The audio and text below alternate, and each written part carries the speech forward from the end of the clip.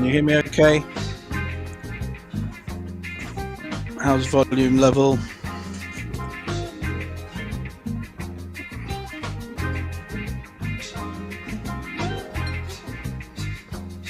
Hello, hello, hello.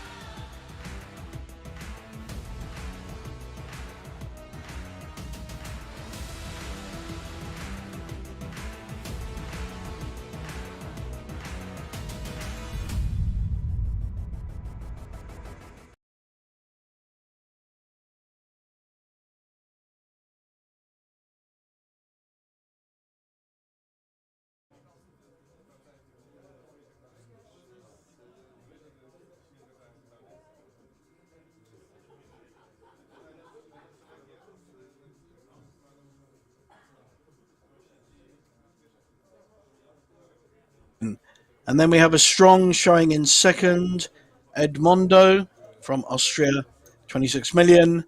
And his compatriot, also from Austria, Julian, on 12 million. Filipowski our second, our third Polish player on these final 8 has got 11 million. That's 10 big blinds. And then we're in the danger zone.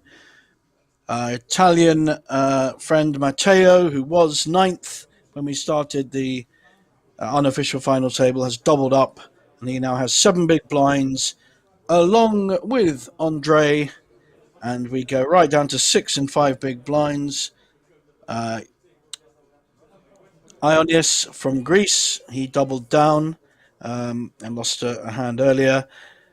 And we have our final Polish player, Thomas Lewandowski, very famous footballer, is our small stack on 5.8 million. So we're here. This tournament started last Sunday, I think, the first day. It's been a long week here in Banco Casino. And there's a €200,000 guaranteed. And the figures are absolutely incredible here.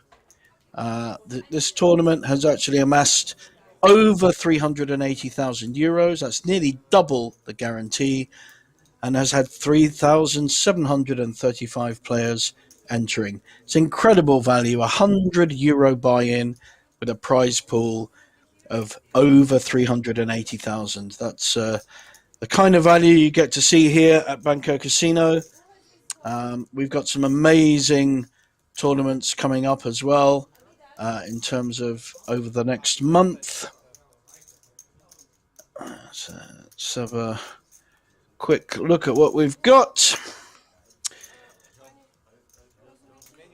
So in fact, we go straight from this week into next week.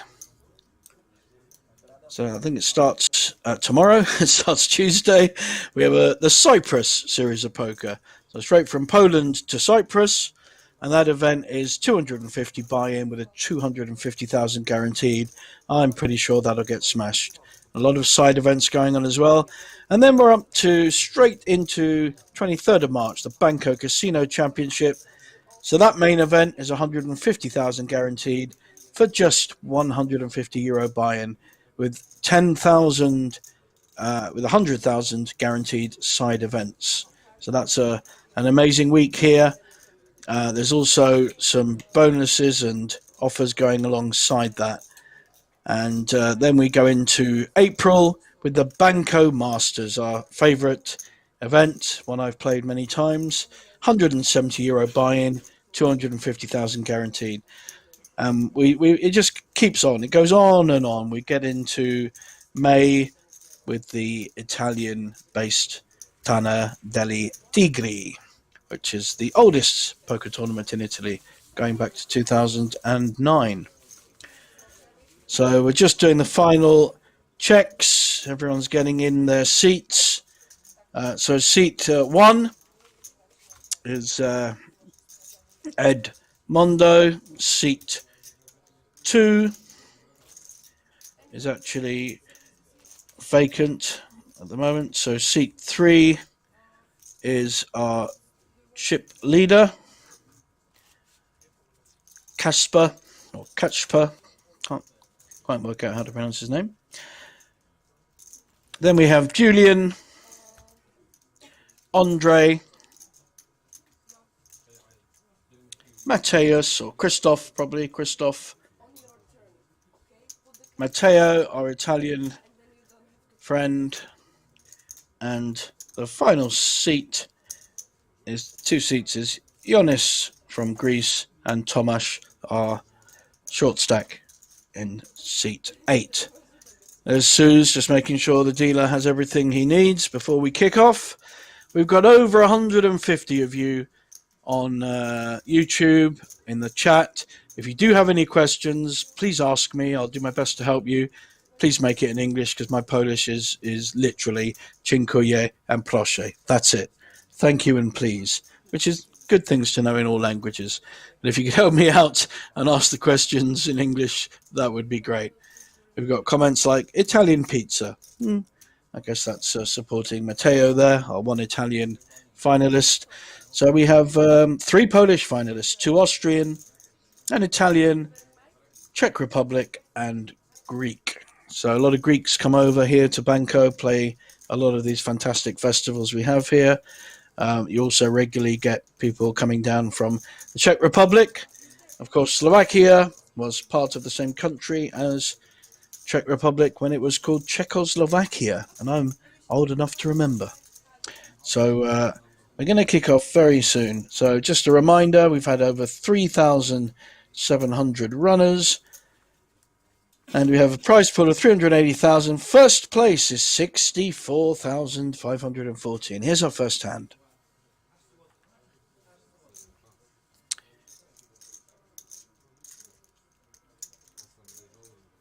So we've got an early move from our Greek friend Janos.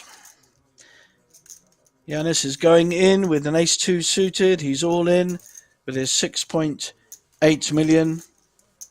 I think he had 7 big blinds. Someone's going to need a decent hand to call him. I know this young man in seat 1.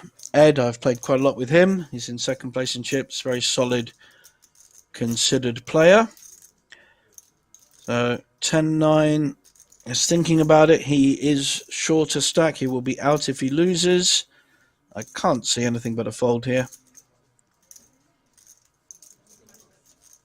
And now we're going to our...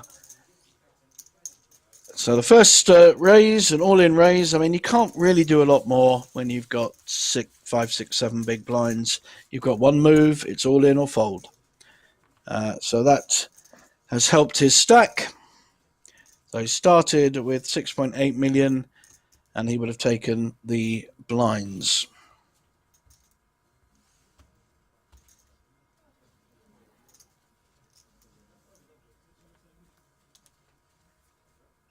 There's our second hand.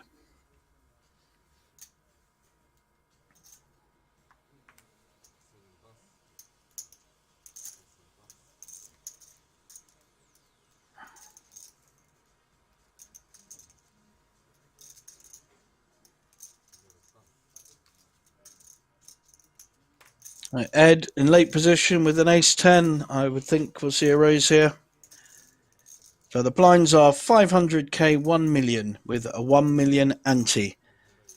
I think we're going to see around 2.2. I don't think he tends to raise very high. Yeah, 2.1. Yeah, 2.1. I was halfway between my estimate. But he's run into trouble here. So our massive chip leader, so don't forget Ed is in second place, but our massive chip leader has woken up with ace-king suited. He will be re-raising. Unless he wants to trap.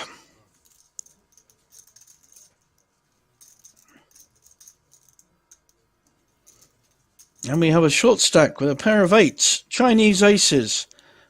As good a hand to get it in as any. Well done, sir. So we did have a re-raise. We had a flat call. And that puts Ed in a very difficult position. He's in between the chip leader and an all-in with ace-10 offsuit. I think he may well feel he has to fold this. It's called Piggy in the Middle. Great game at school, not a great game in poker. Unless Ed feels that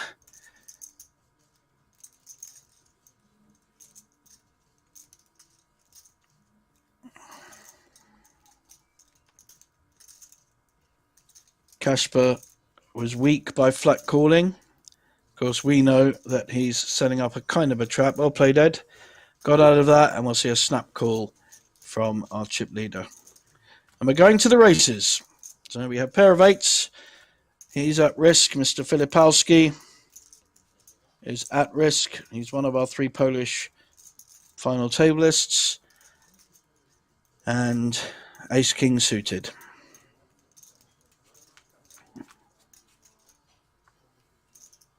At the moment, the 8s are holding. Can we see a double up here? Poor old Ed would have hit his 10 and would be ahead, but he did make the right fold.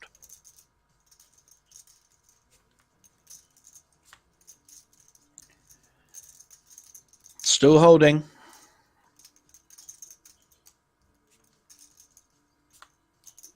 And there we go. So Ed feeling a little bit hard done by there. He's probably telling everyone Well, certainly telling himself inside that he would have won that. So we have a double up from one of our Polish short stacks, and that's a big double up. He's gone from 10 big blinds to 20. That's pushed him into third place, just behind Ed, who lost a couple of million by an early raise. And although that's hit Casper a little, he actually was 10 million up from when they were the unofficial final table. He started on 61, now on 72, and dropped back to just over 60. So he's still a significant chip leader.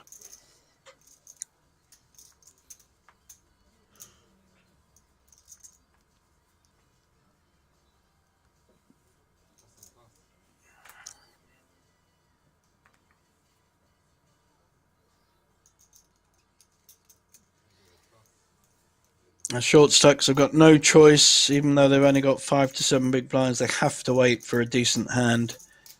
And here's a decent hand in the cutoff with Julian, an Austrian friend.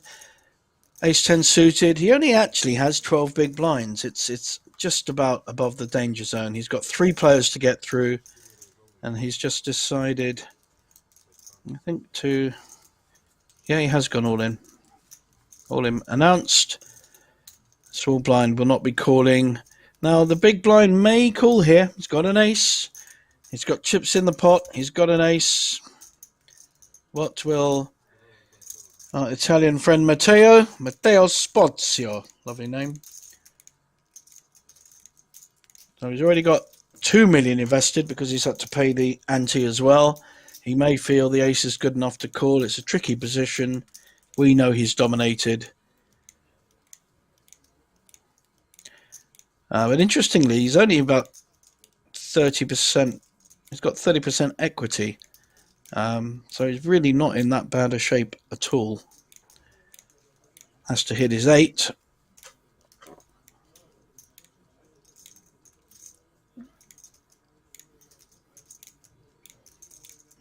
Going in. So we have an all-in situation, and we have another player at risk. Our last one doubled up, but Matteo's in a much more difficult position. It's not an equal flip.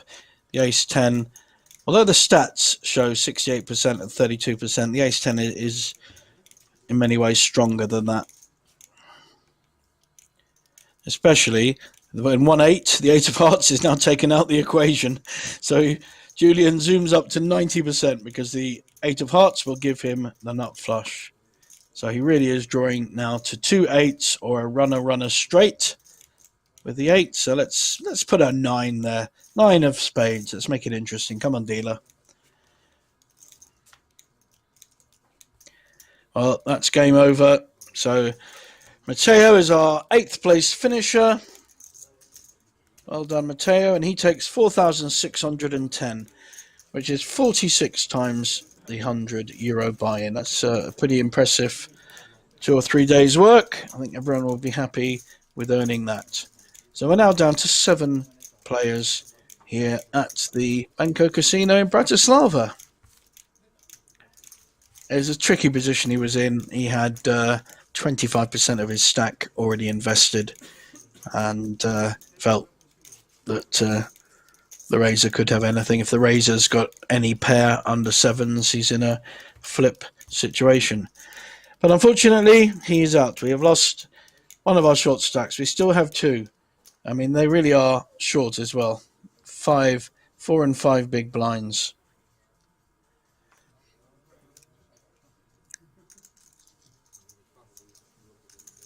Poor old Tomasz has not seen any kind of hand yet. King 2 suited, but he's our chip leader. Could well raise here, put pressure on the short stacks.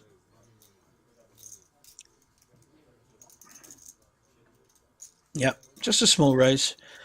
Now Julian, who has just doubled up, has got a very playable hand. King Queen suited.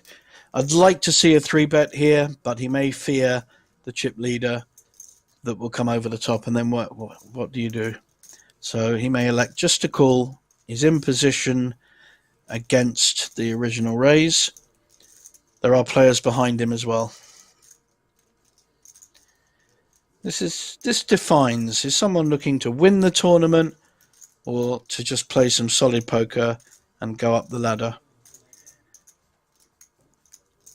I like the more aggressive option of raising here. It's a very strong hand, King Queen suited, and I think that's exactly what he's done. Because it asks the question, it defines, no one's going to beat me up, I'm here to play. 5.5 million, lovely amount. So unless one of the small and big blinds wake up with very big hands, and Yanis has ace queen, that we're definitely going to see an all in here.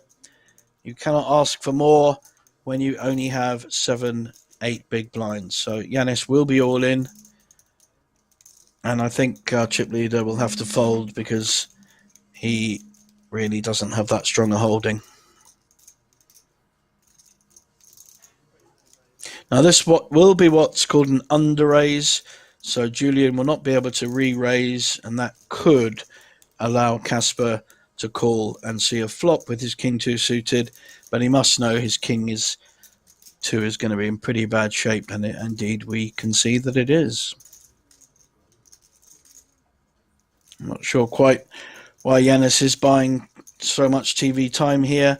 The only hand he's got to fear is ace king or aces or kings. He's there's no really other hand he needs to worry about. You got 7 big blinds. The other thing is he's getting really good value for his money. There's already 9 million in the pot, 9.5 million. So he's able to turn his 7 million into 16, possibly 20 million, and that's getting 3-1 on your money. And with the hand holding as strong as ace queen, you've really got to get it in. Let me see if I can help him down the airwaves.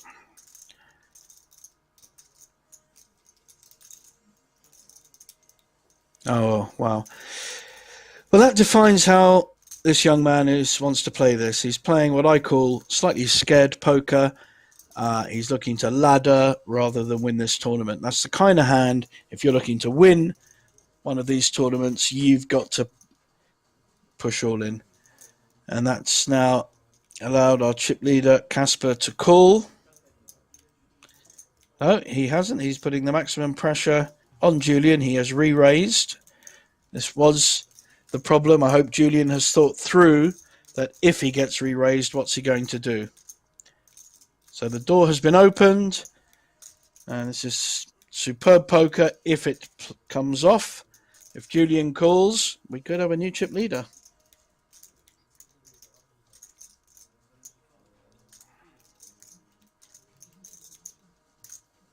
It is very, very good power poker by our chip leader.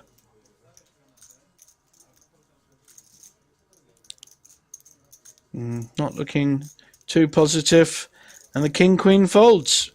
So he's lost a quarter of his stack there. Great poker by our Polish chip leader, Casper.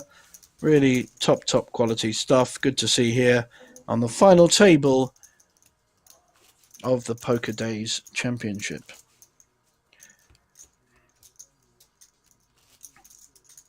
I understand why the king queen's folded. He's going to have in his mind that the original raiser is beating him with a pair or ace king. The play I didn't like was the fold by Yanis with an ace queen. Now Ed has the same hand as our chip leader, but will not be able to play it in the same way.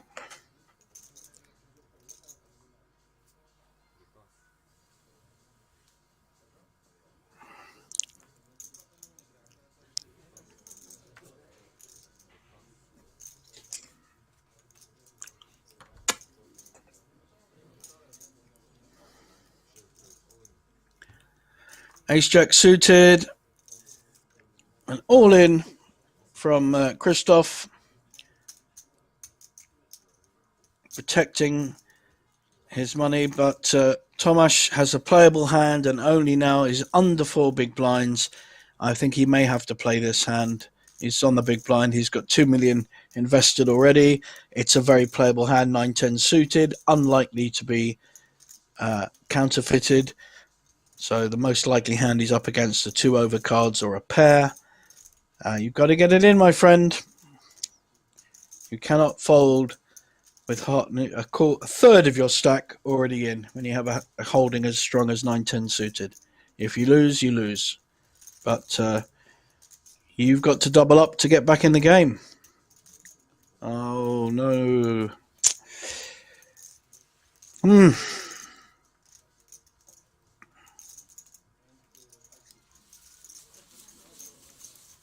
Problem he's now got, and you've got to think forward in poker. He's on the small blinds, that's another $500,000 in, which puts him down to 3 big blinds. He only has a round of poker to get it in. He's almost certainly going to get called by minimum 1 player, probably 2, and be up against it, even if he has a premium hand. That wasn't a good opportunity there to increase your stack.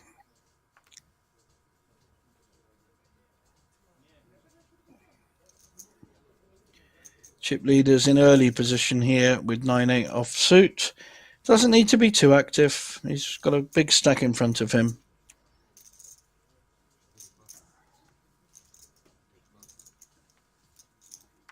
I hope I'm wrong. I hope that Tomasz then wakes up with a big hand and is able to double up. But I've played too much poker to know that it's difficult to achieve.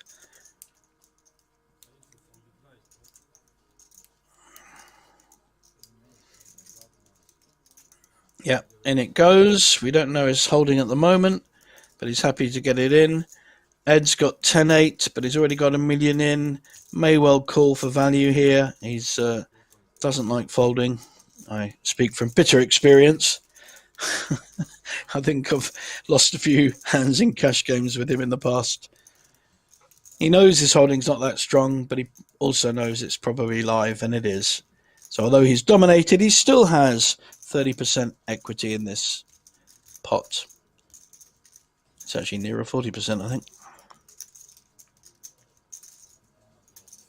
Doesn't want to call, but there is value in him calling. This is the problem with not pushing, not calling with that 10-9 suited. He's getting it in. It's, although he's favourite with the King Jack, anything can happen in poker, as we know. He said he's king, but there's a gut shot draw for Ed. So 9 for a straight.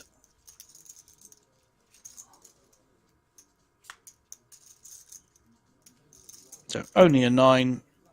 Otherwise, Tomasz will double up, which is good news for him. Good. So we have a double up.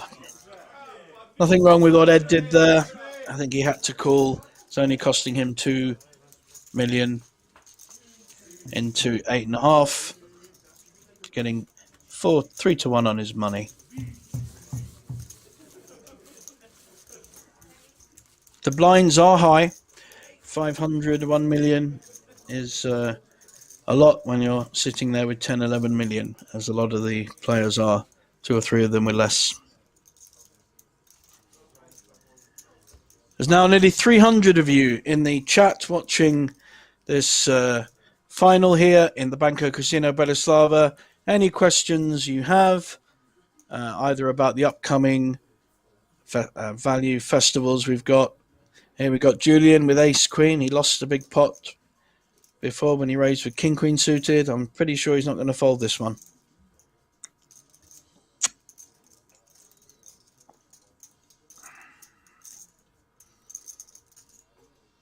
Probably see a 2.5 million raise.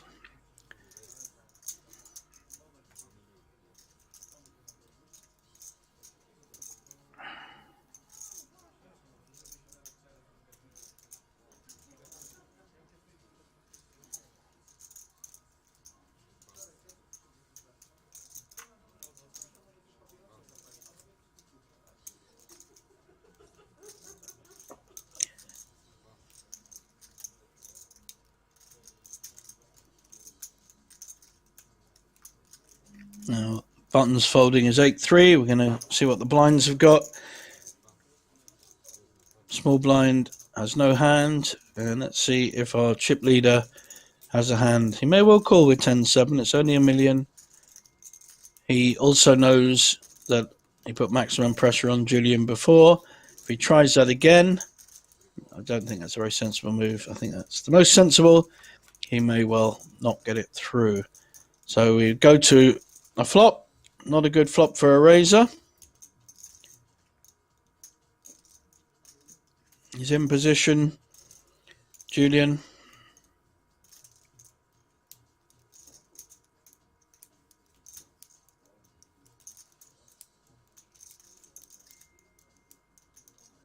Christoph is going to c-bet this. He's going to bet this board on the basis that he's pretty sure Julian hasn't hit it. But it's only a small bet, 1.6 million into 5.5. I think we'll probably see at least one call here. Peel and see if you can hit your ace or queen. Might see a raise.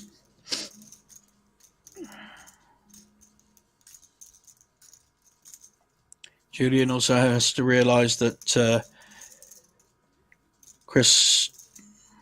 that Casper may well not have hit this flop either, and we know he hasn't.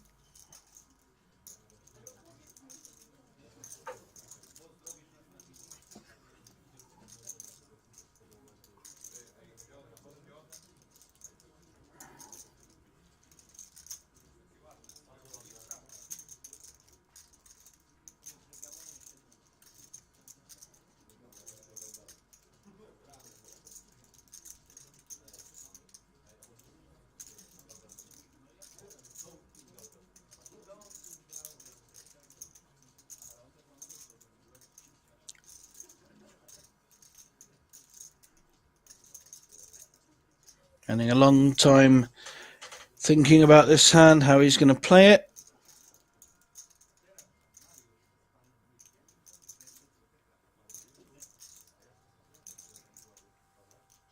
Well, he's going to fold it.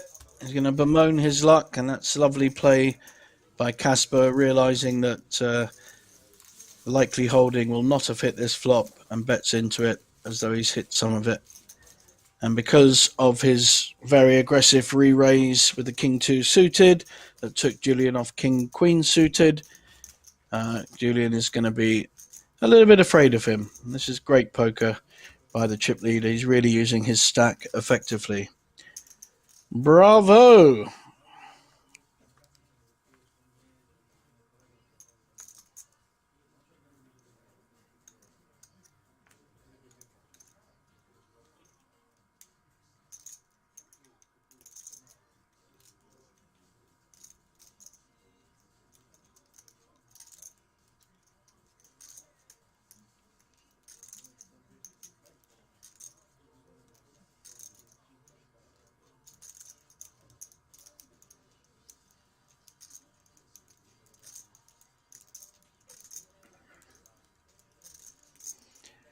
Andre is about to be in the blinds, which is why he is thinking of shoving with a pretty awful Jack-2 offsuit.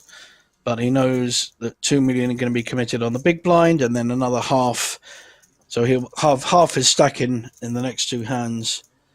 So he's really wondering, can I get my chips in and can I get it through with no one calling? That's tough. There's 7 other players behind. I think he's decided against. Probably good. Good decision.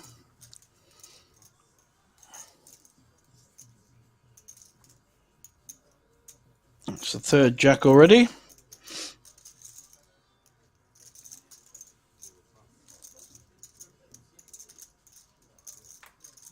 Ed with the Queen-9 offsuit on the button. Decided against raising. Very solid player.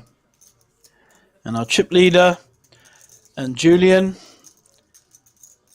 Not sure they're going to be going out for a drink tonight, these two.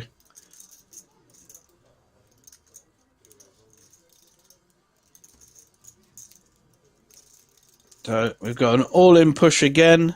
Maximum pressure applied. although he's only picking up blinds, he's also making statements. He's saying to the rest of the table, you want to take me on, good luck to you. I love this. Real power poker. Looks like a Jedi Knight as well, doesn't he, with a black hood and the black top. Got magical powers to get other people's chips. Very good play.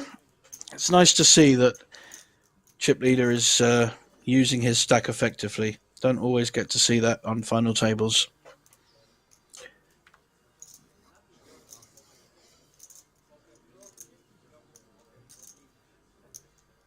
Giannis looks like he's pushing his 6.8 million in.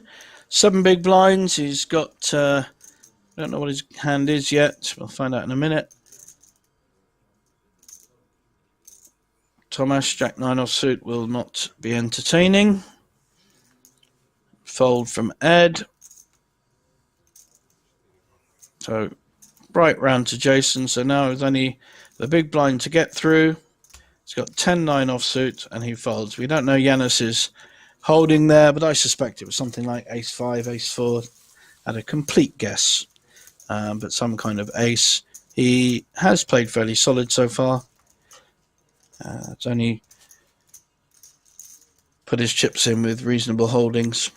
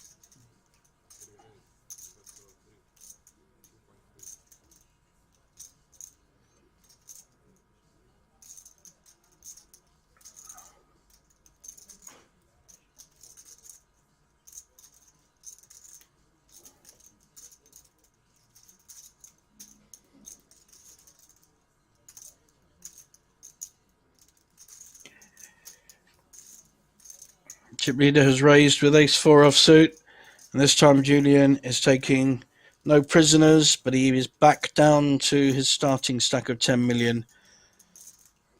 Ace-Jack, I think we're going to see... Can't think we're going to be folding ace-Jack here. No, I was wrong.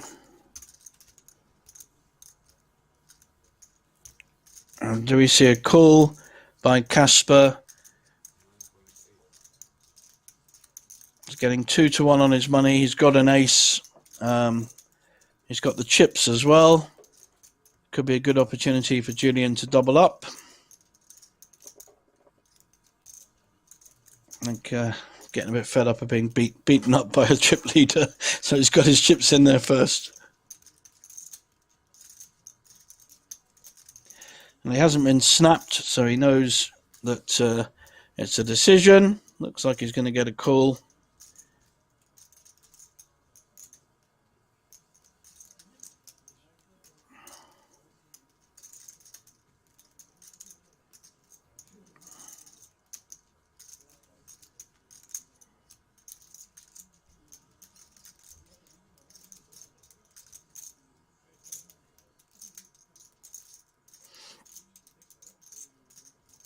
It is only a 10 big blind shove, though.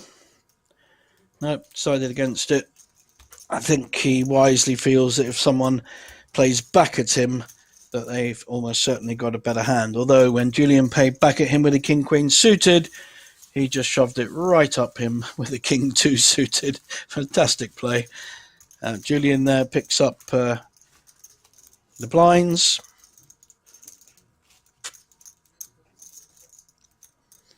And also another 2.2 million from Casper. 5 million there. He's increased his stack by 50%. The blinds really are very, very high in this tournament at the moment. So we're going to see a lot of all-ins. Here we got Tomasz finally. His patience has paid off. He's got the kings.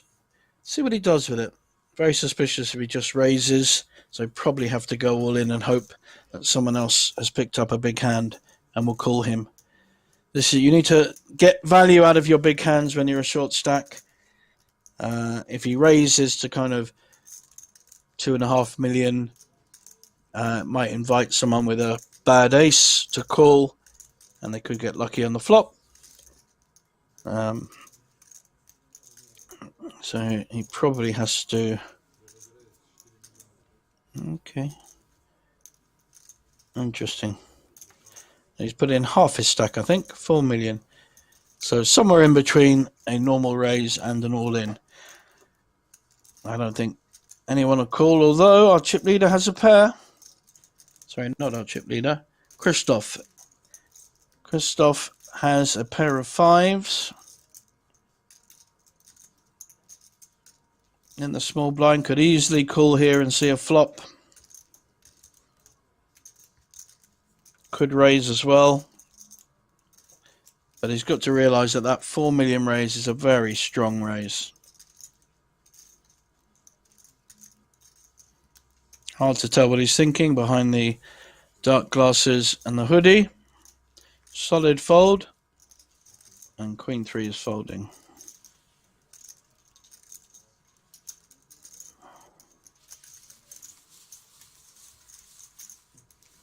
I think that raise from Tomasz shows a little bit of inexperience. He's really told the table he's got a very big hand, whereas had he raised a smaller amount, say 2.2, 2.5 million, A, he might have got a call, B, he may have induced another player to re-raise him, which is really what you want with kings. You want to double up. You want to get it in against a weaker hand. So the fives may have been played very differently. So that was the problem with the raise. He's committed his stack. He's put half of it in, and he's not going anywhere. Chip count just came up, and we do see Andre, Czech Republic, on fumes, as we call it.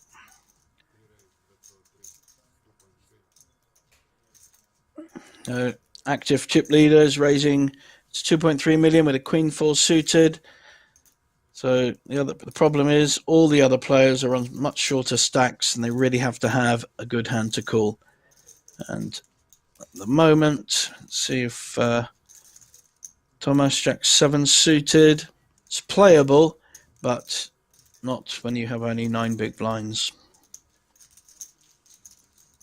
Great use of pressure again by our chip leader. Excellent.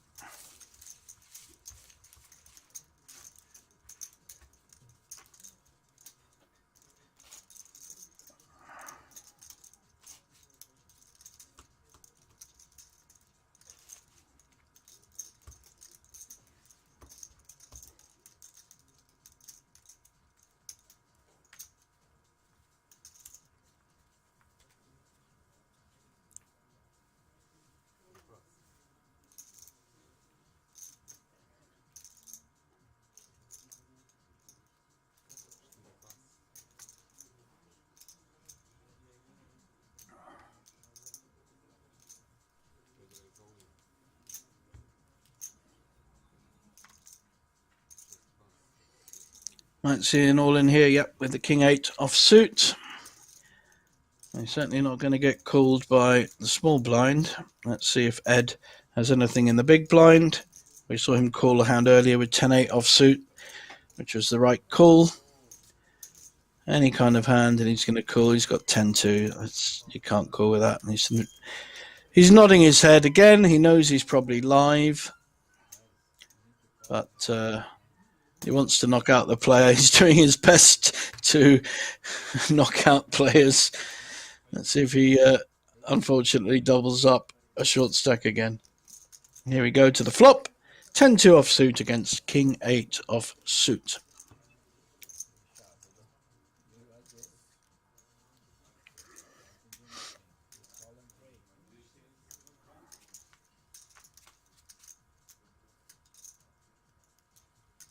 Nothing for anyone at the moment.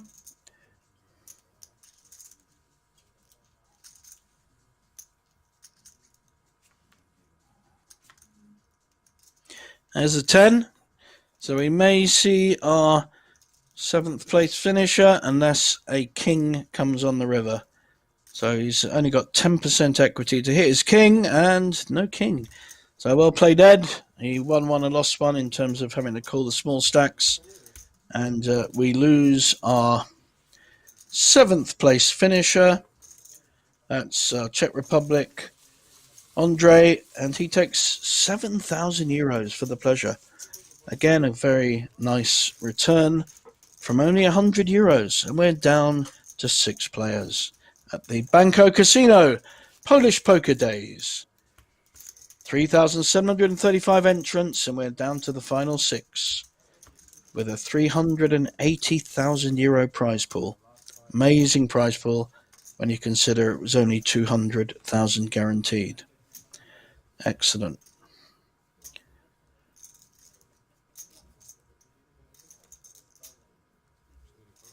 Our chip leader actually played 2 years ago. Played the May last year. Played the Polish Poker Championships and won it. He won 52,000 euros and even cashed last month in the Slovak Poker Open that I was commentating on. He cashed in one of the main event, 46th, so we didn't get to see him on our screens, but he obviously has a very fond likeness for Bratislava with 2 other cashes here as well. So he's obviously very fond, Casper, of playing here. Maybe he plays cash games at home, but he doesn't actually have a big tournament record elsewhere. So you do get some very good poker players that you don't actually see their tournament records because they don't tend to play large enough records. And usually the database is called the Hendon Mob, and we had the Hendon Mob Championships here in Bratislava at Banco Casino. They usually only record buy-ins of 200 euros and above.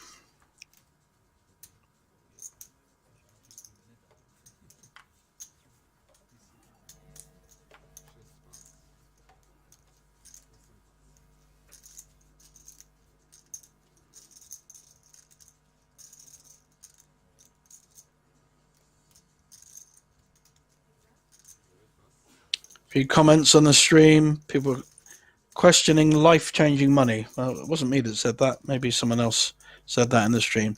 And of course, this is not life-changing money. But we're now at the position where our next payout will get 10,000 euros. Now, as a return from 100, that's 100 times the investment. So that's a very, very good return. And only poker can give you these kind of returns. So no, not life-changing, but it means you can take your girlfriend to a very nice holiday in the Philippines. I don't know, at Ocean's Edge Resort, for instance, somewhere I've been a few times. Get a lot of change out of your 10,000 as well. So our chip leader has hit his 3 and is betting it. Julian, who he's been up against, back to 13 million. 2 million is already in the pot. Does take his time. We don't know his hand, but I'm going to guess by the size of his bet, we're going to find out.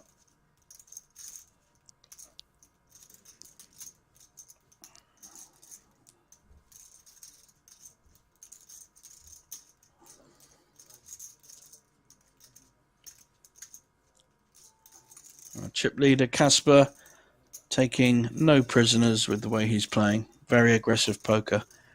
And I think we have an all-in situation, and we will pretty certainly see a fold. Not going to call 14 million with bottom pair and no draw. But he's going to Hollywood it a bit. He's going to pretend that he has a much stronger hand than 2-3 suited. In half an hour's time, Julian will be able to find out more about how he's played this hand and the other hands as well. he'll be particularly gutted when he finds out he got bluffed with the king 2 suited. We are on a half-hour delay, of course, so that people don't get live information and then can use that to change their play on this final table. And we are down to 6 players. We're going to see a fold. He's just buying TV time. Bit of Hollywood, as we call it. So obviously hasn't been on TV too much and wants to get the most value and play the fact that he really has a strong hand and he's making a big fold and all that kind of thing. Lots of pretend calculations. Oh, wow. He called. Now that surprises me. It really surprises me. Has he made a great call here? No. Ace 10, he's not made a great call. It's a very strange call, that. He was genuinely thinking. I honestly thought he was just buying time. Very surprised by that. And he's even got a gut shot draw. That can't be a spade. No. I don't think that's a good call. At some point, although you're the chip leader, you do have to respect someone pushing with an ace on board. They're almost certainly going to have an ace. The only other hand Julian could have had there would be a spade draw. But it's less likely someone is going to put their chips on a final table with just a draw, especially someone who's folded more than once. So I think a bit of a misstep by our chip leader there, Casper. Playing very well, but calling off with bottom pair there. He was very unlikely to be ahead. Got a few people happy about that call. A few Julian supporters. Bester man. I think that means he won that pot. And a few aha and yeses. Well done, guys. Good that you commentate. We've got 333 in our live chat. It's a nice round number. And now we're starting to see some of the other tournaments coming up. We've got the Scandinavian Poker Open in May, end of May. Some fantastic events coming up here at Banco Casino.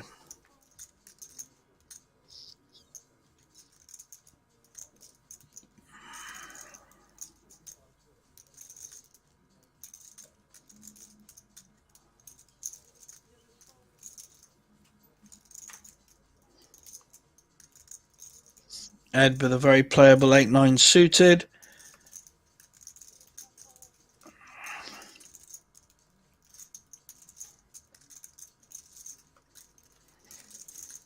And now chip leader has a proper holding, pair of 7s on the button. He's gone all in. He does like a push. And in 8-9 times out of 10, he's going to get it through. The blinds are still at 501.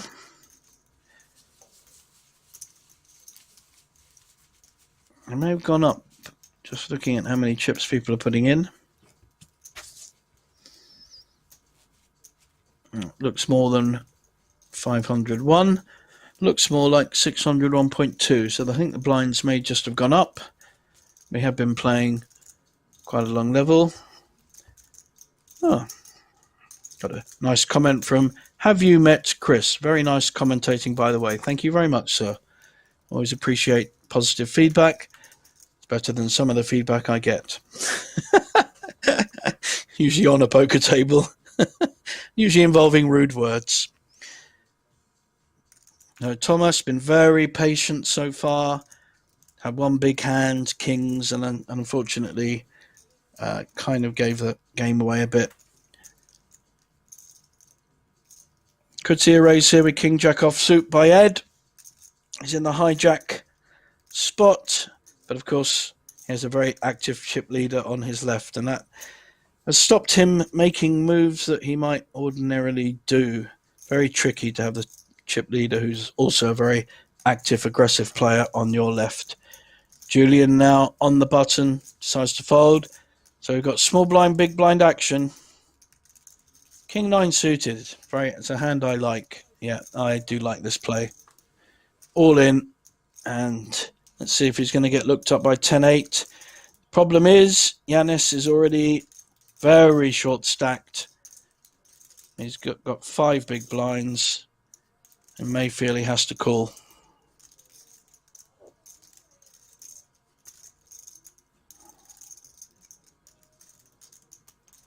And he does call. And nothing wrong with that. He knows he's going to be fairly live. But King 9 suited plays very, very well in poker. It's one of those hands that people don't realise the strength of it. Of course, what will probably happen now is, because I've said it, the 10-8 will win. Hello, 10-8. We have a gut shot for the King 9, and the 10 has hit. He had no choice, really, but to call there with such a short stack. So no one's done anything wrong here. And we still have any king or any jack. It's all another queen. So our short stack doubles up. Our Greek friend, Yanis Nanos, has now doubled up to about 12, 13 million chips.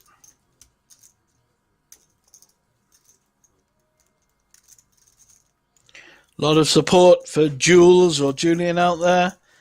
I'm sure one of you guys will be telling him he got bluffed off his king queen suited, which probably won't help him, to be honest. So maybe keep that one to yourselves.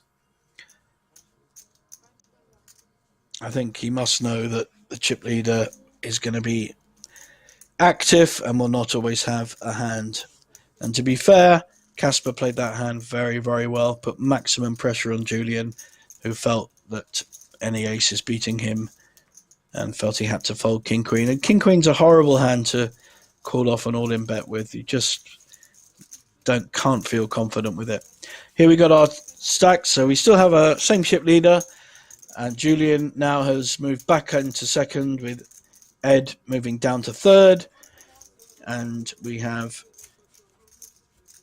not too bad actually. Only really one short stack, Thomas, who's not afraid to get it in when he sees a hand.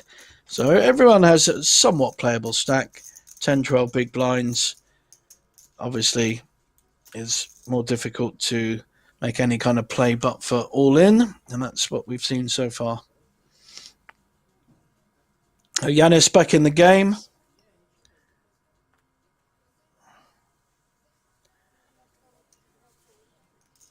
Blinds are indeed 600, 1.2. I think they have been for a few hands. It's just the graphics needed to catch up. We could see that that's what they were putting in.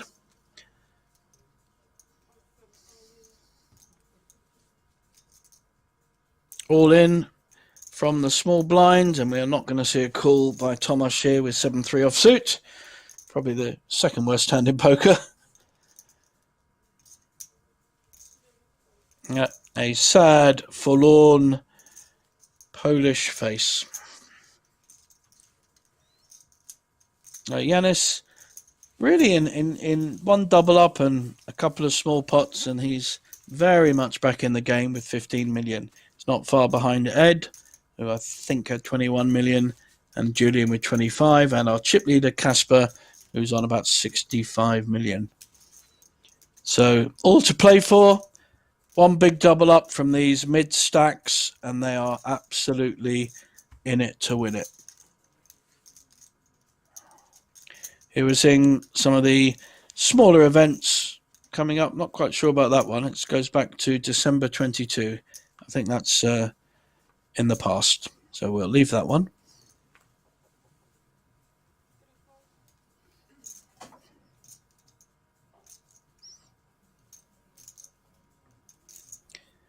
And Julian may make a play here with the Queen Jack offsuit, because the chip leader Casper has folded, and it gives him an opportunity to make a raise without fearing an all-in from his friend, Casper. So I think we're seeing a small raise, 2.5 million. He'll certainly get respect, So, and Yanis. Oh, it can't be Yanis with kings. Cannot be.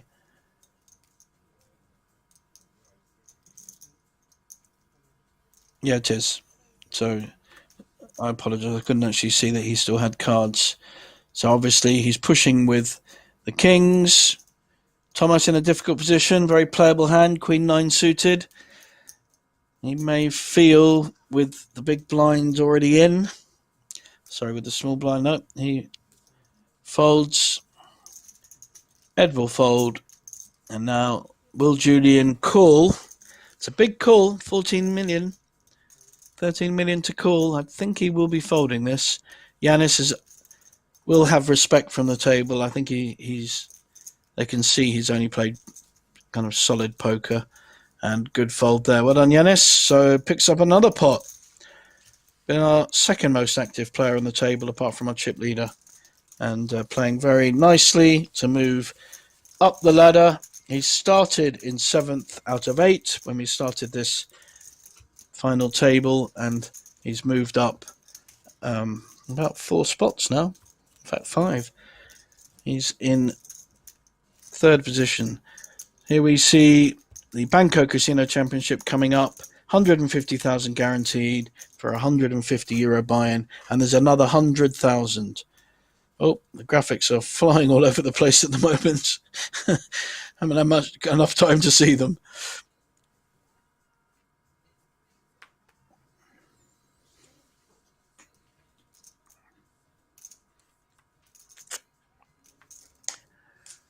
This time, our Polish friend Krzysztof, with an ace-king offsuit, decided he don't want to do any nonsense. He's just going to ship it in. Yanis with ace-3 was folded. Tomasz, any kind of ace here, he's probably going to call. It goes in. See what he's got. Could have a small pair or a mid-ace. And the other two will fold. So we're now all-in situation with Thomas at risk. We have ace-king against...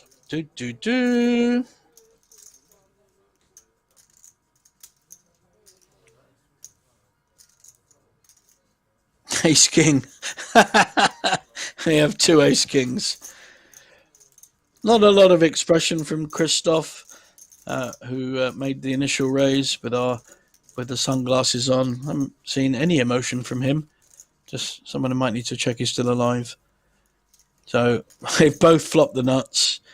There is no redraw either. So this will go split pot, split pot. No one has a diamond, so there is no chance above flush.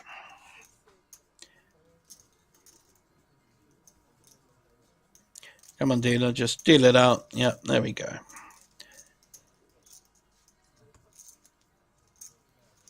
So at least Tomasz has made a small profit on that pot and didn't lose. Could have been worse.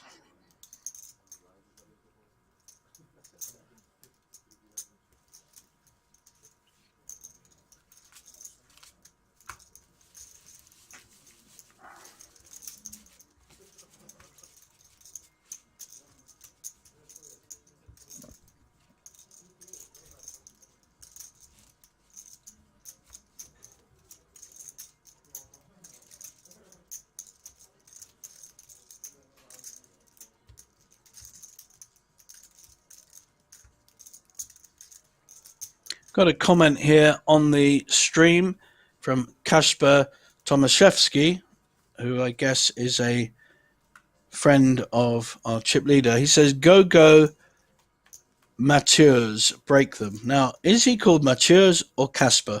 Because I've been calling him Kasper, but if someone knows better, please tell me in the chat on YouTube. Thank you. Yanis, King Jack, very playable hand, has made a raise. I would think we'll see an all-in here with an ace-9. He's 7 big blinds, not even 7 big blinds. He's 6 big blinds. And you've got an ace, a mid-ace. You've got to get it in. He will get looked up by King Jack unless someone else has a hand in between, but he'll be in good position to double up.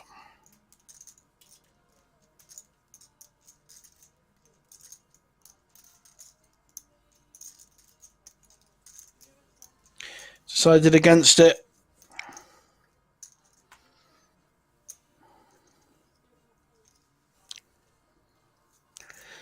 We'll certainly see probably an all-in raise with eights here, the way he's been playing so far. Doesn't like looking at flops particularly, especially out of position, and nearly all of his all-ins have created folds from the other players. It's interesting, playing this hand very differently.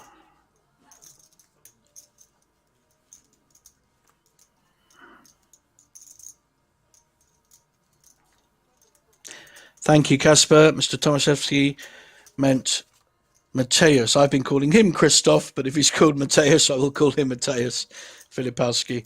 It's going to be hard for him to break everyone, I must admit. So the eights, very good flop for eights. He's got a gut shot and an overpair. Yanis, we'll see how Yanis plays this hand. The poker star, apparently, Mr. Filipowski. Oh, okay. Well, we'll see how much of a star he is here. The eights still winning, but Kasper is playing it a little bit slower than he has been. I think he might be betting here, though. Nope, just to check. Is he looking to check raise? Yanis playing very conservatively, and he's hit his full house. Now, this will be interesting if he checks or if he makes a small play to induce a raise. I like 2.5 million, like a weak bet. He's got the virtual nuts. Don't go mad here, son. Oh, it's interesting. His bet, massive bet. It's an over bet. 10 million into a 7 million pot. The problem with this bet is I only get called if Yanis has been slow playing a hand, like an overpair to the board. But he's only got King Jack. Yeah.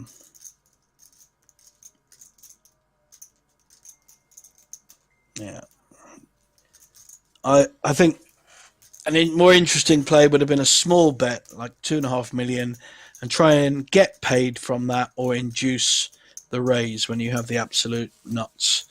So, despite being chip leader, again, a bit of inexperience shown there by Kasper. You want to maximize your value when you hit a magic card like a boat, a full house on the river, though we know his eights were winning all the way. And we didn't really see any strength by Yanis, so he wasn't looking like he had an overpair. So I think could have got slightly more out of that pot, and also could have bet that pot earlier with an overpair.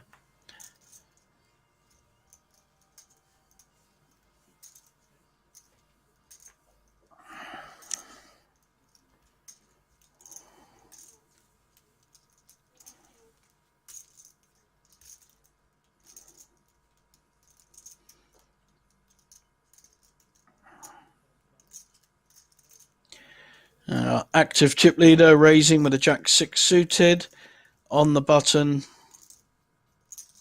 2.4 million. Julian, ace 5 of the same suit. Let's see how he plays this. Really has lots of options. He's out of position, that's one issue, against the most aggressive player on the table with all the chips. So, pretty well has all options available here. Could even push with it. That is an option. Or fold, which is what he did. Difficult one, he's out of position. Now, let's see our champion, apparently, Mateusz Christoph. Let's see how he plays this hand against his Polish compatriot. I don't know whether they know each other. I like to see a peel. I like to see a call here with 9-6 suited. It's a very playable hand. You know where you are with it.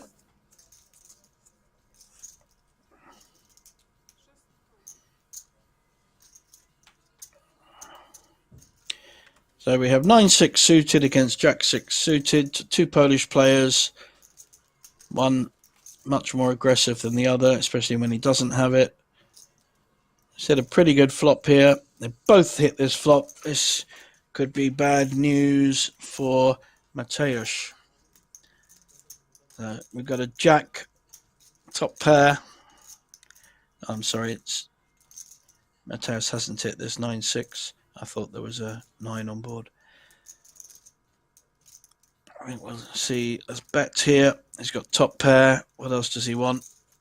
We'll probably see a 3.5 bet, something like that. But he has made some interesting bet sizes, so I can't quite get in the mind of our chip leader.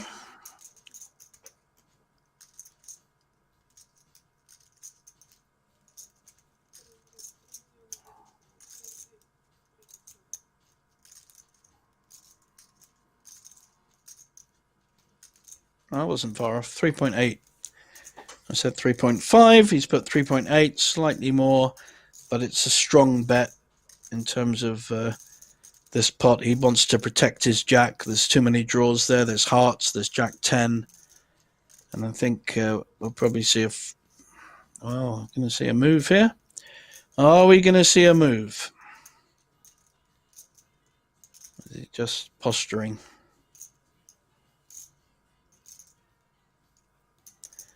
I think we're going to see a fold. That will be the move.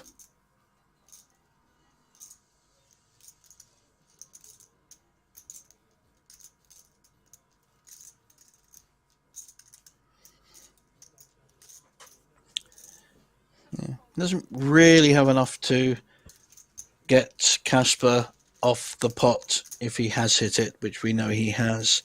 So he only had 12 million behind. It wouldn't have been a big call for Casper to make. We saw him make a call earlier with bottom pair. He's not going to fold top pair.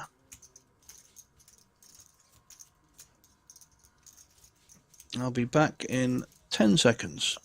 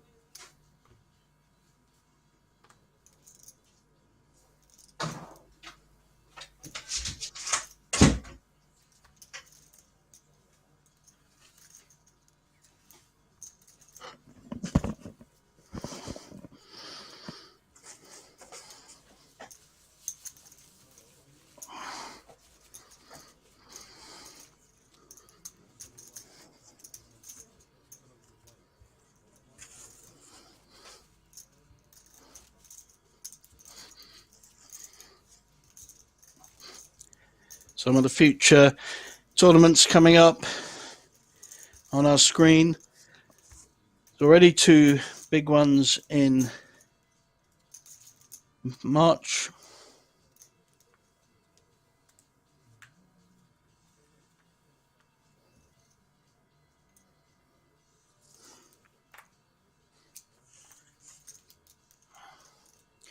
Cyprus Series, 250k guaranteed. Then immediately followed by the Banco Casino Championship, another 250 guaranteed tournament with 100,000 guaranteed side events. So they're coming thick and fast here. Ace 10 on the button for Mateus.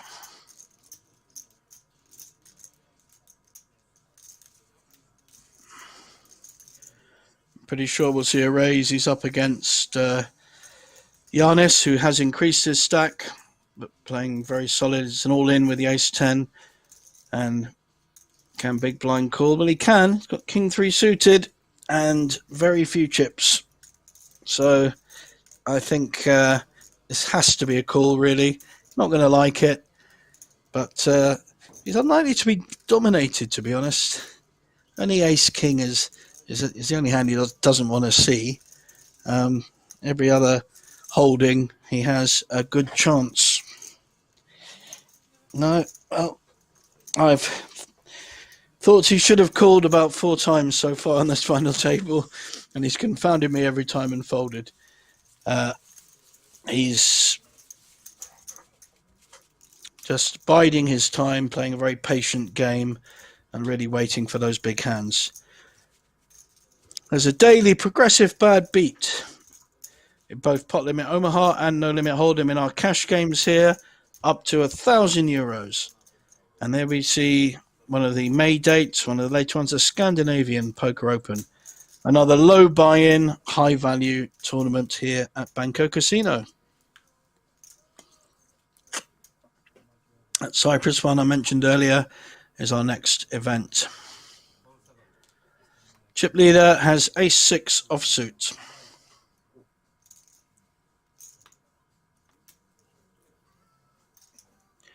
Well, I certainly see a raise.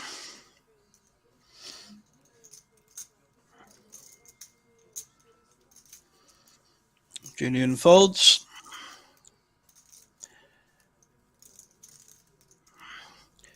Mateus looking interested. Hard to get a read off him facially. He knows the chip leader has been very active. Checking the other stacks around him, always a good thing to do.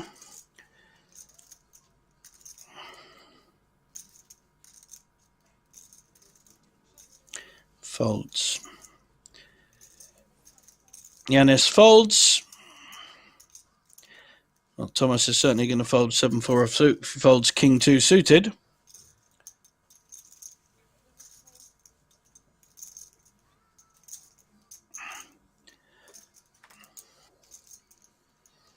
Now, this is the power of the chip leader, power of the stack. He's able to raise with very mediocre hands like Ace 6 suited, offsuit, and get it through because people fear his stack. And the fact that he has pushed all in on about 5-6 times now already is going to put off people that do not have premium hands themselves. So it's very good poker. Great way of playing a final table.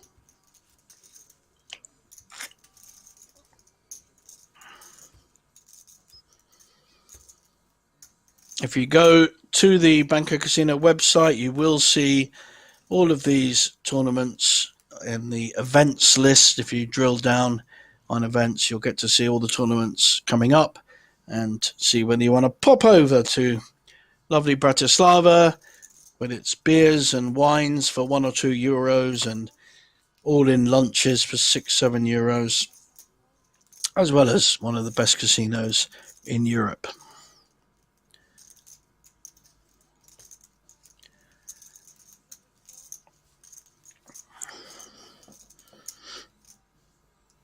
Now, Ed is on the small stack with a playable hand. He's got an ace. How will he play, though, against this aggressive chip leader? He's in a very difficult seat here, really difficult spot. He's gone up. He was up to 25 million at one point, back down to 15, back up to 20, and he's currently on the 15. But, he's playing his game. I think we're just seeing a call. Jack 9 suited. He could do anything with this. He could raise, he could go all in, he could see a flop. Lots of ways of playing it. Wants to see a flop. He's in position. There's no reason to be too aggressive here.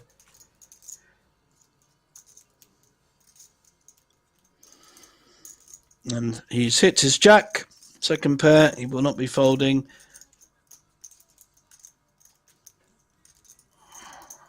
I think we're going to see a bet for about 2 million, to maybe a bit more, 2.2.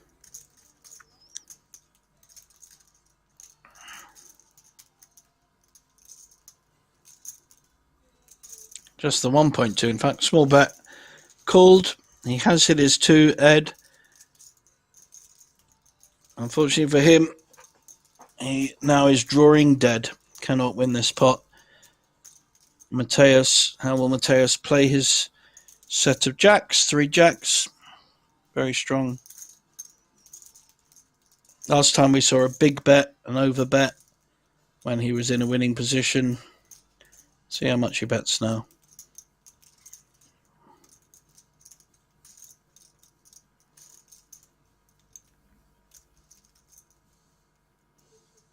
Cute, like it. Checking the jack. May get more on the river from Ed because of that check. Often seen as weak, checking on the turn. I do like that as a play because it does convince the other player that they may be ahead with their small pair. Will Ed make any kind of bet? Yep. You see, that check has induced the bet. And now we're going to see a raise. He's got another 2 million out of it. And if he'd bet the turn, he may well not. Ed thinks he's ahead. He's making a value bet. He's going to get raised and be in a very difficult position. Yeah. Immediate all-in. And an immediate fold.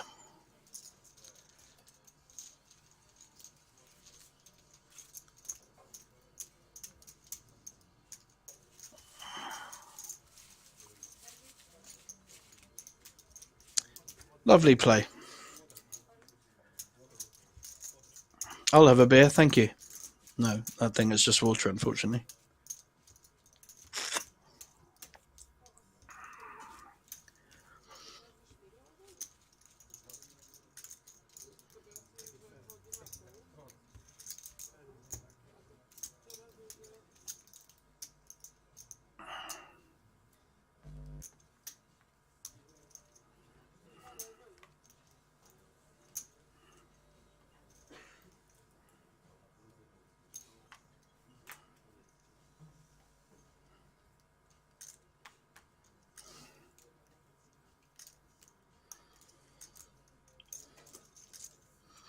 So he's had King 9 suited already, Mateus.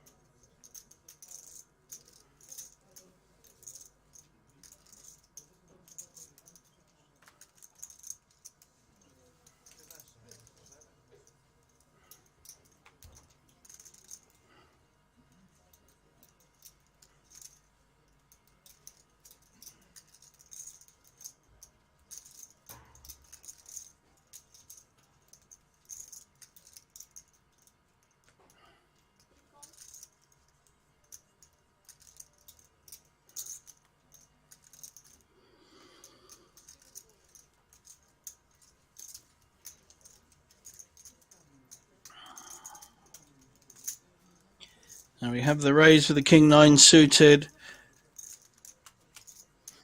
And our chip leader calling with the King Queen, and he's both hit. This could be trouble for Mateus, who knows that Casper has been lively.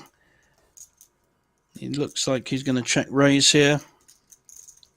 If we see a bet, which we do. He's assuming we're going to see a C bet. He'll either flat call, but with 2 diamonds there, I think he may well raise. And if Mateus feels that he's just being aggressive for the sake of it, there's the raise. 4.5 million.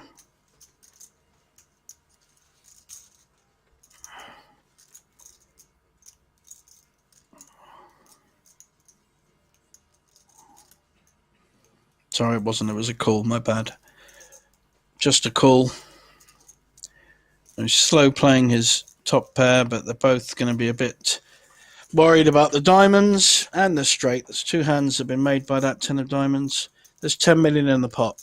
This could go to the braver player rather than the one with the best hand.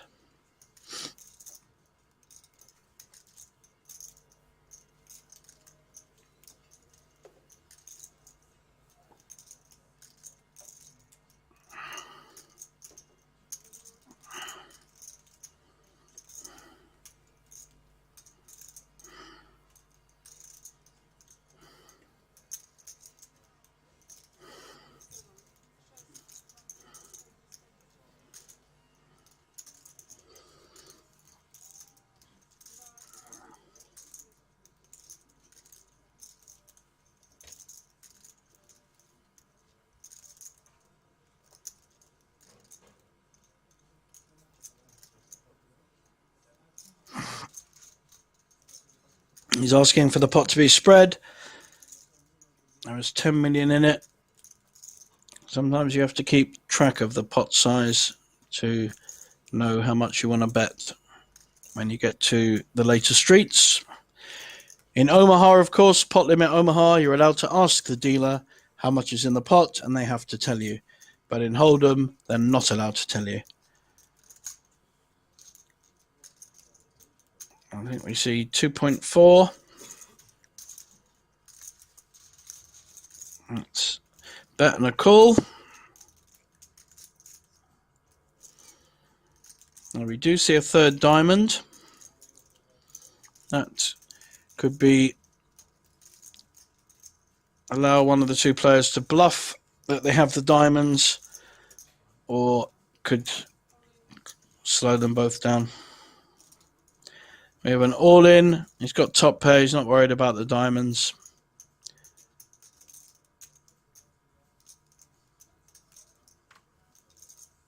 Mateus has only got second pair, but may feel that the pot is too large to fold.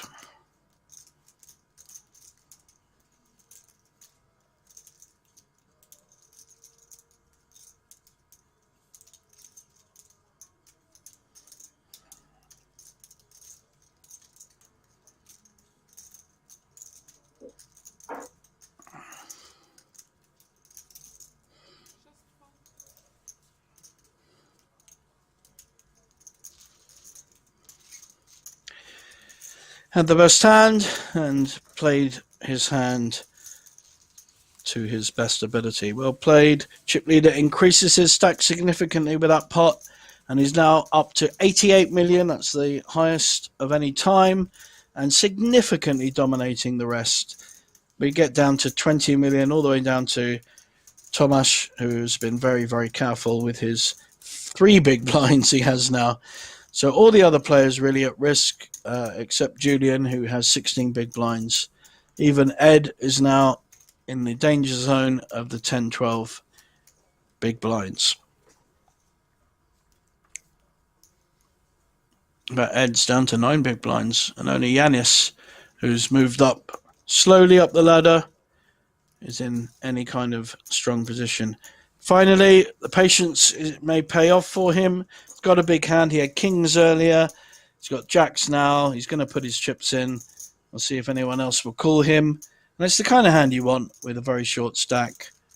He's taking his time, like he has done with nearly all his hands. I like this. He's not giving away really the strength of his hand, whereas he did earlier with the kings. Let's see if he's certainly going to get a call here from 10s, and he's going to, unless our chip leader spikes a 10, he's going to feel pretty good and double up. See if anyone else has a hand.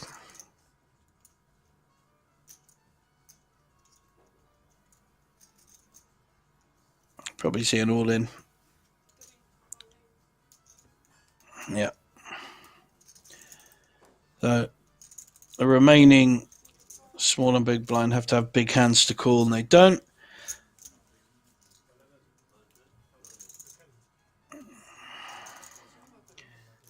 Now the rest of the table, who obviously want to move up the ladder in terms of payouts, will not be too happy to see the short stack with the dominating hand. He's like 80% favourite, something like that. And chip leader has tens and is only going to lose 5 million if he loses. Got backdoor clubs as well on top of his jacks. Now, pay jump between 6th and 5th is nearly €3,500, so it is significant. And that's game over unless one of the two remaining tens hits the river.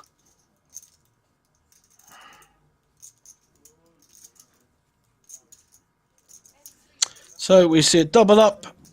Tomasz has gone up to 11 million from his 4 million, so he's actually increased his stack more than double.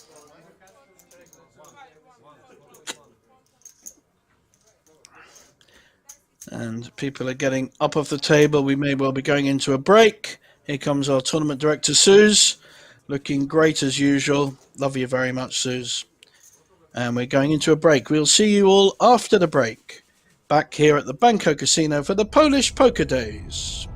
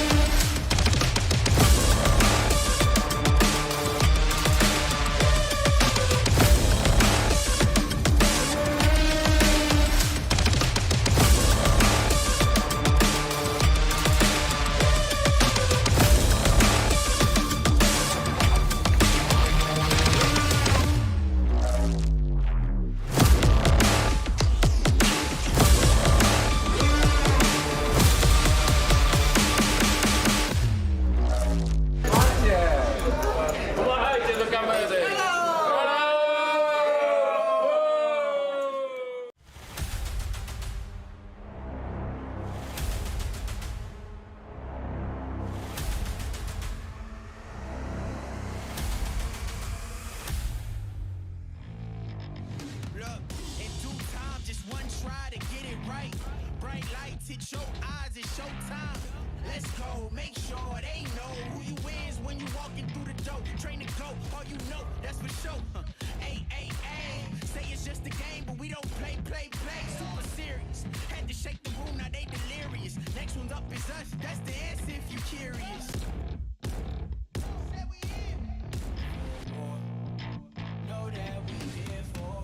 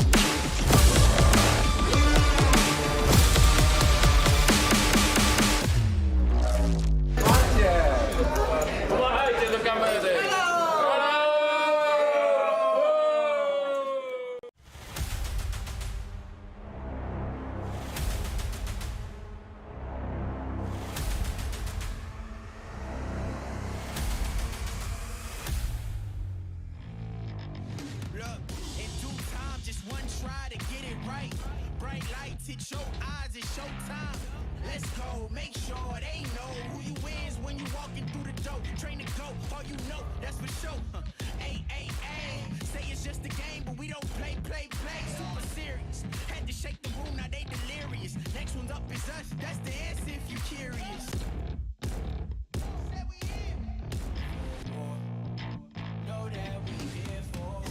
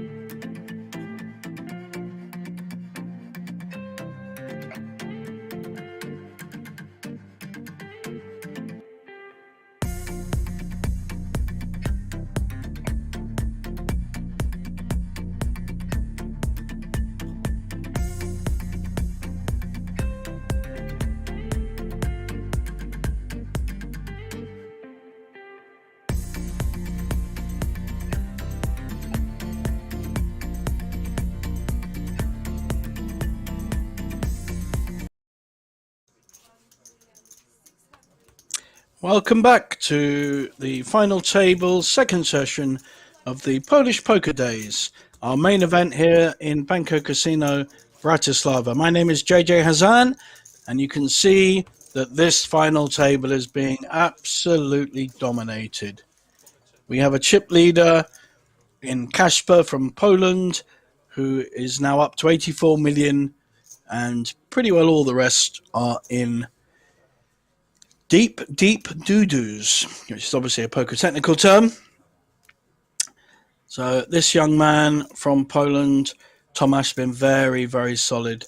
He's folded some quite big hands in terms of earlier on, and he is now going to guarantee at least 10,000 euros for sixth place, but he doesn't want that. He wants to move up that ladder. Chip leader there in the middle, wearing black. So Julian folds. King 4 suited. It's on the small blind with Yanis behind him on the big blind. Are we going to see... We've seen an all-in. Yep, an all-in by Mateusz, another one of our Polish players. There are still 3 Polish players left out of the 6 remaining. All-in with the King 4 suited, and the call with King 8. Look at that. Yanis, what poker instincts. King 8. What a fantastic call. That's not an automatic call at all. And he only had 13 million, so that's a really big call. He just felt his King 8 was winning, and my goodness me, it is. So we need Mateusz to survive. We'll need a flush or a 4. That's not going to help him, although split possibilities. If there's 2 paired on the board, they will split this pot. So the odds are not reflecting that, but the split is a definite possibility. At the moment, the King 8 is winning with the kicker. If we see a high card come, that will favour Mateusz.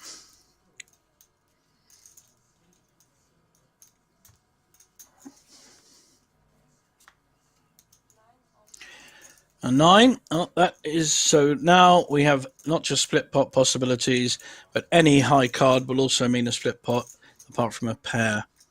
So that's, and there we go. So both their kings split pot. Little sigh from Yanis, who made a great call with a King 8, and Mateusz survives. To be honest, he probably wasn't expecting a call from King 8 offsuit.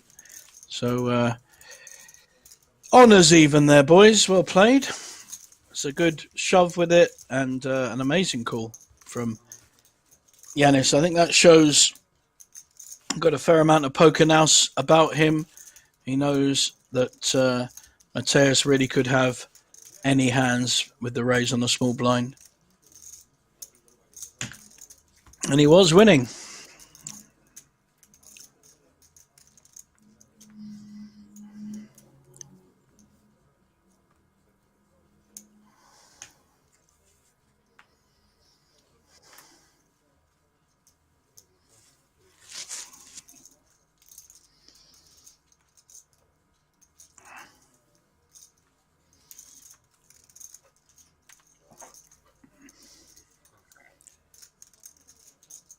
And now we have small blind, big blind. Yanis will have picked up that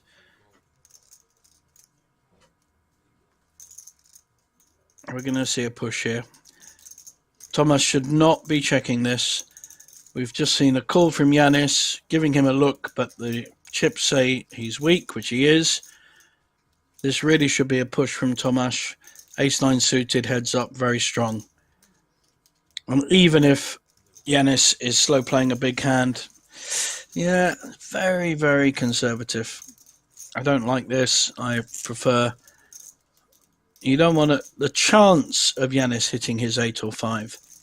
You want to put the pressure on him. Now he's hit his 5. What's Tomasz going to do now? Probably just check again. Unfortunately, he's going to bet and he's going to get at least call, if not a raise. He has allowed this situation to develop. He really should have raised with his ace-9 there. A club on the turn would make it interesting, or of course an ace or a 9. Here's his ace. Somehow he's hit. Now he's in a big advantage because Yanis is not going to put him on an ace because of the check on the pre-flop. So I'd like to see a little bet here. He's got the nut flush and he's winning with the ace. Sorry, the graphics have messed me about because it looked like an ace had hit the turn. In fact, it's just the 10 of clubs. He has a lot of outs though. Now the graphics are showing an ace on the river. I have no idea what's going on. Right, I don't know if the ace hit the turn or the club hit the turn. No idea. We'll soon find out. Either way, we know that Tomasz will win this pot, either a big pot or, if Yanis folds, a smaller one.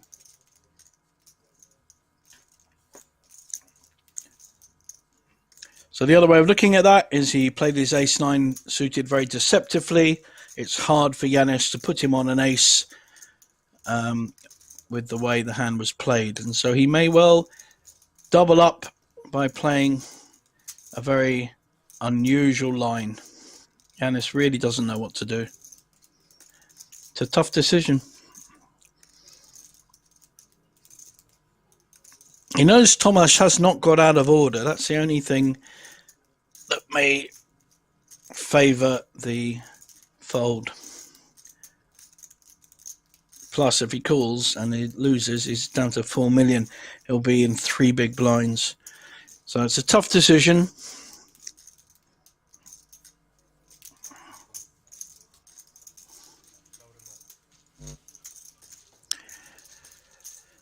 Good fold.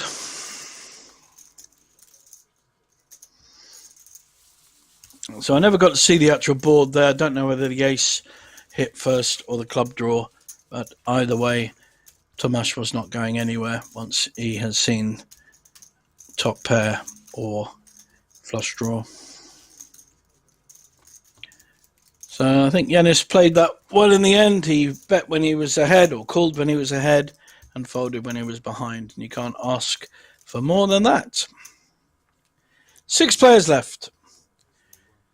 So just running through the payouts. The next player out will get 10.4k. Then we go 13.7. Fourth place, 17.8. Third will get 24,480 euros. Second will get 37, nearly 38,000. And first place, a lovely 64,540. Now, in most of these tournaments, especially when people have only put 100 or 200 euros in, you will tend to see a deal when there's 2 or 3 players left. However, we have a big chip leader at the moment, so a lot will depend on where we're at when we have 3 or 4 players left. Now we have a pair with Thomas. He's been raised by the active chip leader. He's got to decide whether he wants to. There's no point calling here. He's out of position. So really his 2 options are to fold or to shove.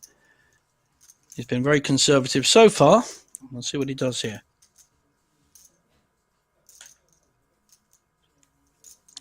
It's a min raise from the chip leader with the King 9 offsuit. I do know he'll get respect.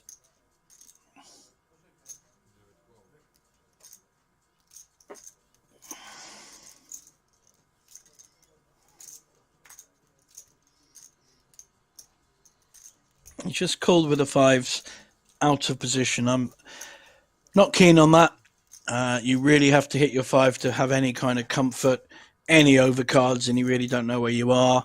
So I would, with a small pair there, when you're 2 or 3 players in the pot, you either should be raising all in or folding, because unless you hit a 5, you really won't know where you are. And a player as good and aggressive as our chip leader will punish you. Casper in position on this hand, and he's hit his king, but somehow Tomasz has hit his set of 5s, and he will get paid because we know how aggressive Casper is. Casper is not folding top pair here, not in a million years. This will be a big double up for Tomasz. He is. Oh, and he's now hit a full house. But Casper has hit 3 kings, and he obviously does have outs for a bigger full house. Any 9, any 6, and any king. I can see nothing but a bet and an all-in here. A check! Wow! He's slow playing his hand. I still think we're going to see a full double up. Somehow the chips will go in. Are we going to see a bet by... If Thomas bets, we're going to see a raise from Casper. That is my prediction, people. But then I can be wrong. I've been wrong a lot of times. We see on the board, Varmek says double up coming. Well, I agree with you, mate. I think so. Here we see... I think it's going to be a bet and just a call. No raise. Looks like it's just a call. So we didn't see a full double up, but we did see a very nice pot going to Tomasz, who started this final table as our short stack. He only had 5.8 million when we started, and he's now got 25 million.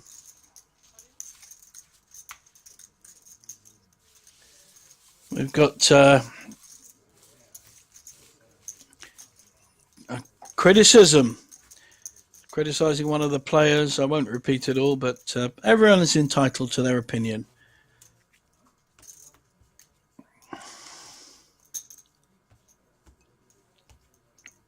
We still have over 300 people on our stream on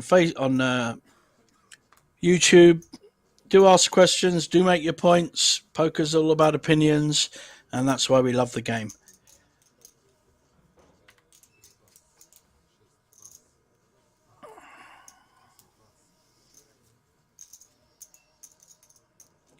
So Tomasz is now very much in the hunt now.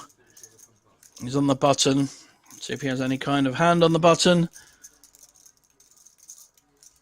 Jack 9 suited. It's definitely a raising hand. He's not been able to make any plays prior to this with such a short stack, but he's now in position to start making some plays.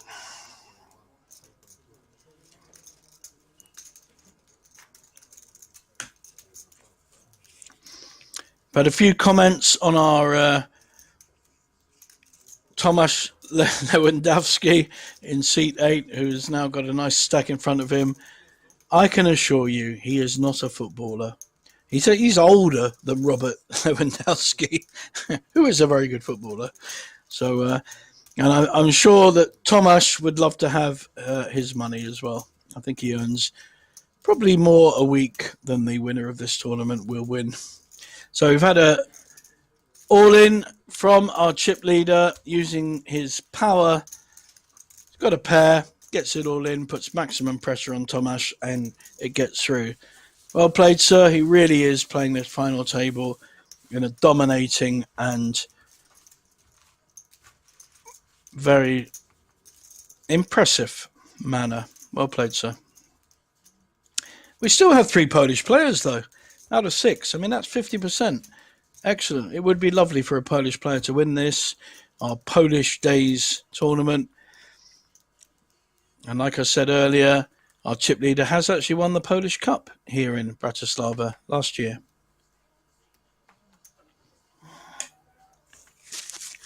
In fact, he's had 4 cashes and they've all been in Bratislava. So I guess he's in love with the place. They should put him on the tourist adverts. Yanis folding an ace there. Tomasz now with Jack 10. Yeah, he's not likely to get too out of order at the moment. He's done very well to get to the 25 million stack he has. Ed, who has lost an awful lot of chips since we started. He started on 25 million, is now down to just 7 million. That's 5 big blinds. Our small blind chip leader. You have to balance it. You can't be aggressive every hand. He's got 9-3 offsuit. Pretty poor hand. Doesn't know what the big blind has got, Julian. And I think that's the wise play there. You don't always have to be aggressive. Pick your spots, and he's picked his spots beautifully so far. Played very well. So I like that fold. It's very easy to get sucked into a small blind, big blind action. And you can lose a lot of chips. I know.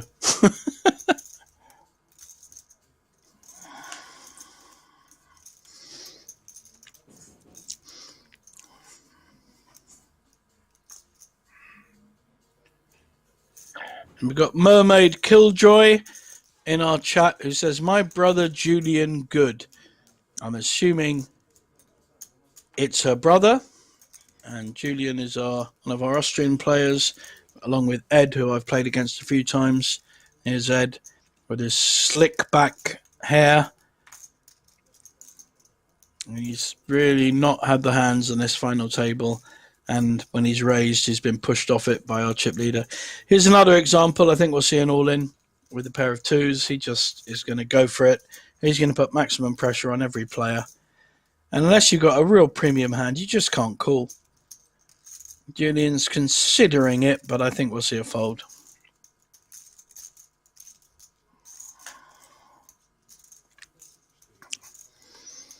And does the big blind have... He does have a calling hand. King, Queen, yep, here we go. Lovely, well played. But he is at risk, and he is behind, technically. I think I prefer the King, Queen against 2s, but technically he is behind before we see a flop. So there's 18 million in the pot, and we have a player at risk. One pole against another. 2 still holding. Power of a small pair in short-handed poker when you've got 5-6 players. Very powerful. And we look like we are going to lose our 6th place player. There we go. The 2s hold, and Mateusz Filipowski is our 6th place finisher and gets 10,500 euros for the pleasure. And we are down to 5 players. Chip leader ironing out another player. He's like a machine. He's like, what's that machine? What's that Arnie Schwarzenegger one that goes around killing everyone? That one. He's like a 70s film machine. And you can see he's now on nearly 90 million. 55 big blinds. You're down to 14, 11, 6 and 4. Yanis and Ed are the next most vulnerable players. And to give him credit, Tomasz, I mean, I did criticise some of his folds earlier, but Tomasz has now moved up to second place, which is an incredible jump. Really impressive. Well played. And when you consider that the 8th place finish was 4,600, if he finished second, he could get as much as 37,000. Ed is moving all in. He's bided his time. He's a very solid player, as I know well. He's going all in. Although he does have one chip on his cards. So technically, he's not all in.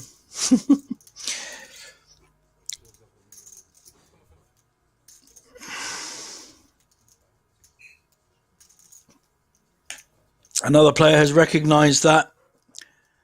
So Julian, does Julian have a hand here to call?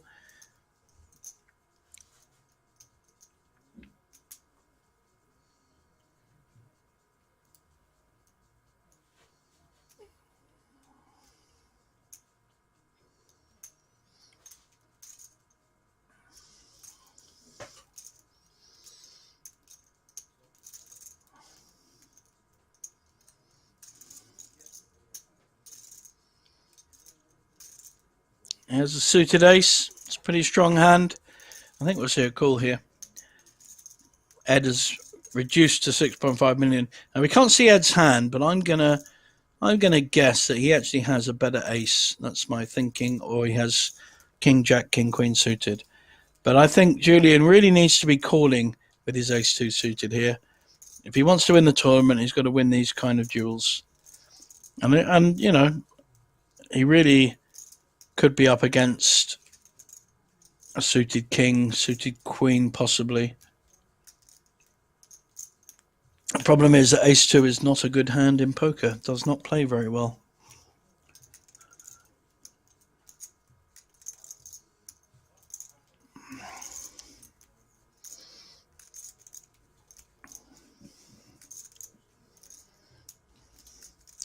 Always spends a long time thinking about his play. Nothing wrong with that. It does look like he's going to fold from his body language. And also Ed has been very, very solid. He is not putting all his chips in with no kind of hand. I think we see it. Yep. And we've got a call. In fact, an all-in. An effective all-in. So what we see with the ace 2 suited of Julian, Ed is validating his play. What's he got? Can't see it.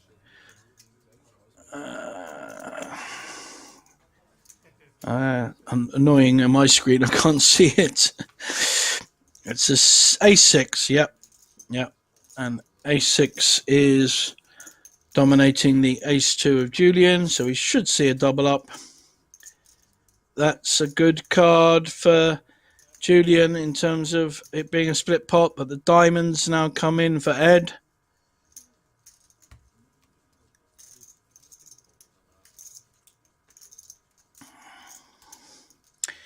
And unfortunately for Ed, we see a split pot. So the high cards that came on the board counterfeited his 6 kicker.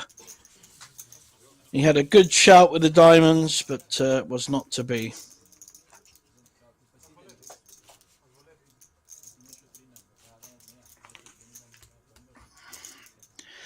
I think it's a nice play by Ed. And I think ace 2 suited there, you've really got to be calling.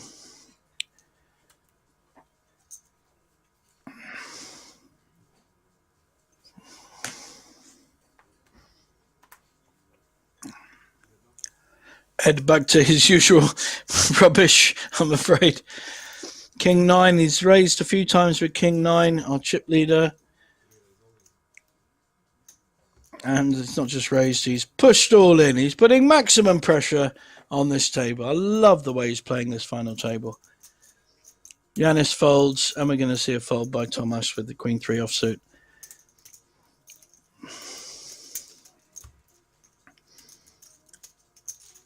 He really is dominating this final table. In fact, of all the final tables I've commentated on here at the Banco Casino in the last 6 months, this is definitely one of the more impressive dominations. And I think he really should take some credit for that. We have a very good young poker player from Poland, who has grown his chip lead by some very aggressive, good poker. The King 2 suited pushing Julian's King Queen suited out of the pot, being the best play of the night or the afternoon so far.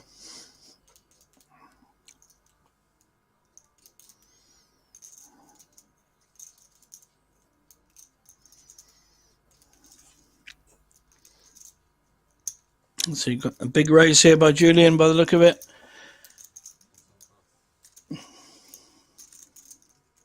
$3.5 million, and we're going to see fold here. Let's see what Ed has in the big blind. I'm afraid we're going to see a fold there as well. Jack 5, I can't see that calling. He wants to, but he just can't, and showing his hands. He really has not had the rub of the green, Ed. He started as second in chips, and a big second in chips. He was double the third, which was Julian at the time. And he really has just had very few hands.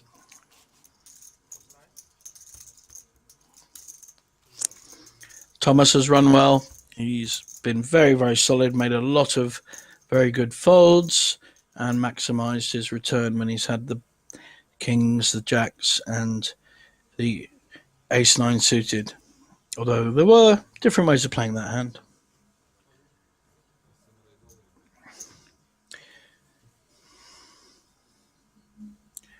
One of our commentators, Andras Vague, finally a player who understands the game. I'm not quite sure. And someone else has said, who do you mean? I don't know which player he's referring to. Our chip leader certainly knows how to play poker, but I'm not quite sure who he means. Yanis is all in for 6.4 million. This is a difficult one for Tomasz. He's got 20 million at 6.4 to call. He's got a strongish hand, Queen Jack, but he decides to fold. And again, Ed, Jack 10, I think I've got a call here. I call here and just hope that I'm better than Yanis. Yanis oh, wow, okay. And we see a definite call with ace-7. Let's see if Ed was right or wrong to have folded that Jack 10.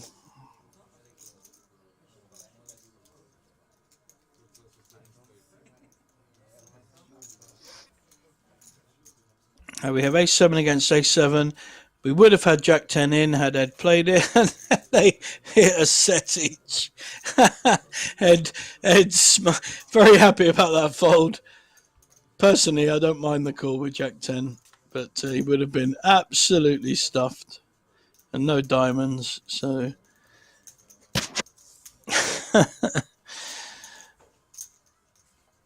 Nice split pot there between the two between our Greek friend Yanis and our Polish chip leader.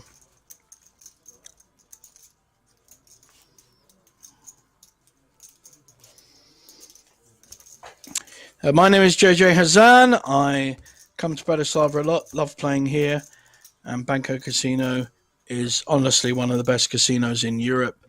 Their value for the festivals they run are just second to none. No one in Europe, including the UK, offers the kind of value they offer. And the atmosphere at the casino is fantastic. There's good cash games.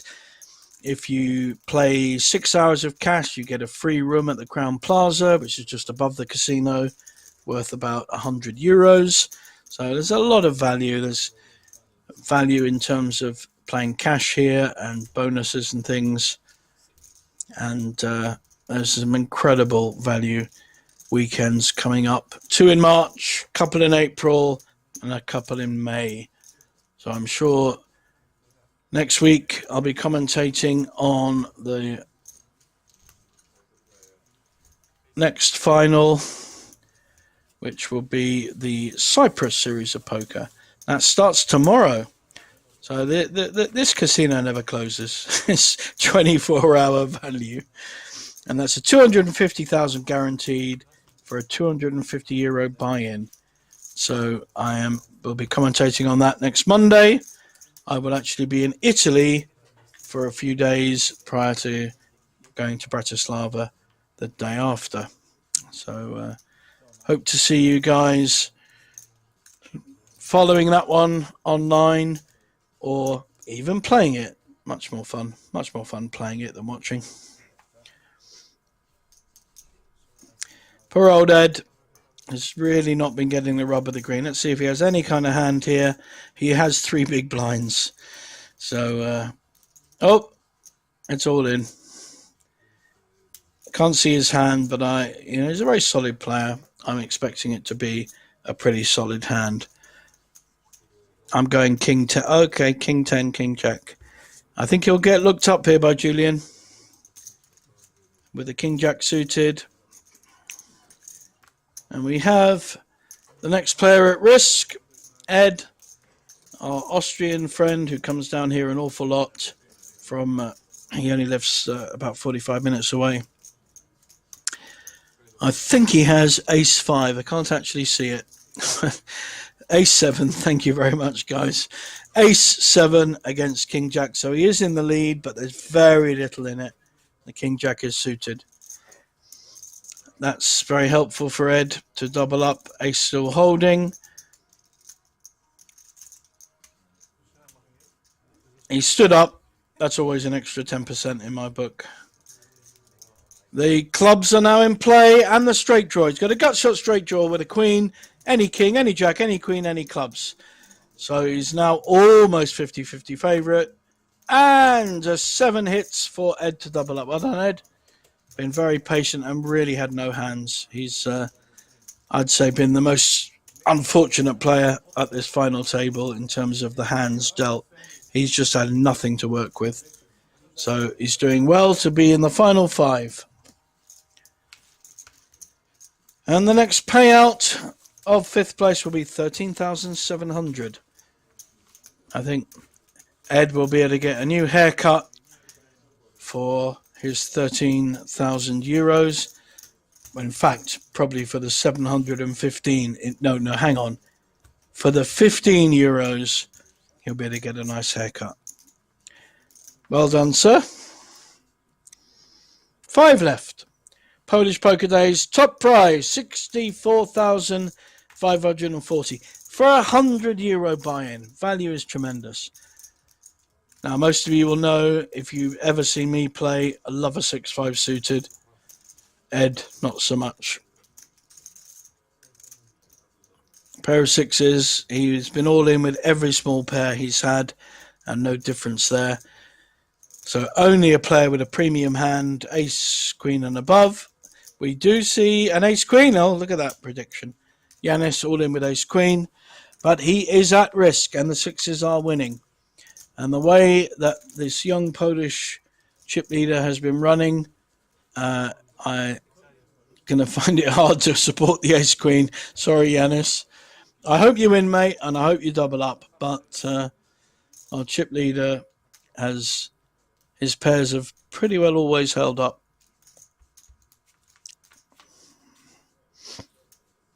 Thank goodness I'm wrong. I'm happy to be wrong. Yanis has hit his ace and looking now to double up. In fact, more than double up to a nice 12 million. Still only 6 big blinds. No, only a 6. Okay, again, the graphics are confusing me here. Yeah, I thought he had an ace. Yeah, okay. Ace queen wins against 6s.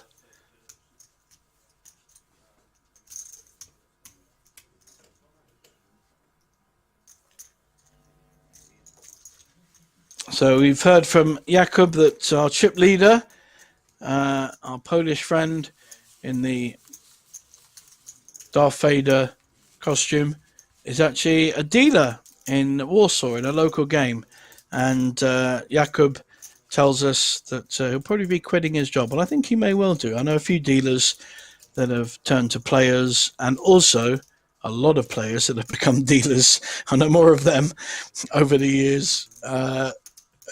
Players love the game, but they just can't make money at it, and so they turn to dealing. In fact, I was dealing the other night at a corporate game with a friend of mine needed some help, who runs a fun casino in London, and I went and dealt for him in that game, which was interesting, shall we say. A lot of rules were broken, but it was a fun night. 9-8 suited, a hand I love on the small blind. I want to see at least a small raise here and see where Ed is at. I think if he probably just going to call though. Yep. And Ed is massively dominated. He's certainly not going to make a move here with 8-4 off suit. I hope for his sake he doesn't hit an 8.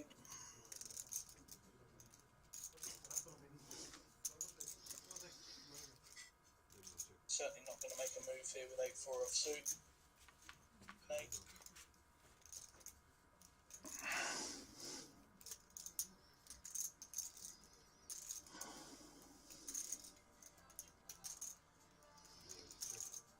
Well, no one's hit any hearts. The 9-8 is still winning, but this pot could go to the more aggressive player. Neither have shown much aggression so far.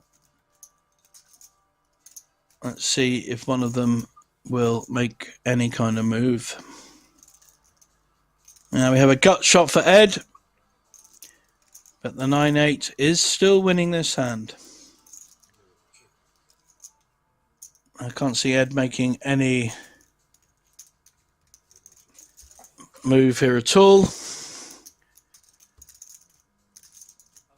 9-8 still winning. Okay, we have a question in the chat box. So Marco asks, do you have to be from Cyprus to play in the Cyprus Open? The answer is no, my friend. You can play any of these tournaments. The reason a lot of a lot of festivals come here to Banco is because they can't necessarily hold tournaments in their own countries. So, for instance, the Norwegian Championships will be in Bratislava in a couple of weeks' time at a different casino because they can't hold their championships in Norway. And that's the case for a lot of countries. So you see the Cyprus, you see other national tournaments. They have to play in other parts of Europe. So you do not have to be Cypriot to play the Cyprus Open. Anyone can win it. And as you can see from this last 5, we have 2 Polish players left, an Austrian, a Greek, and 2 Austrians, I think. 2 Austrians and a Greek. So anyone can win it. They're open tournaments. So thank you for your question there. Very good question.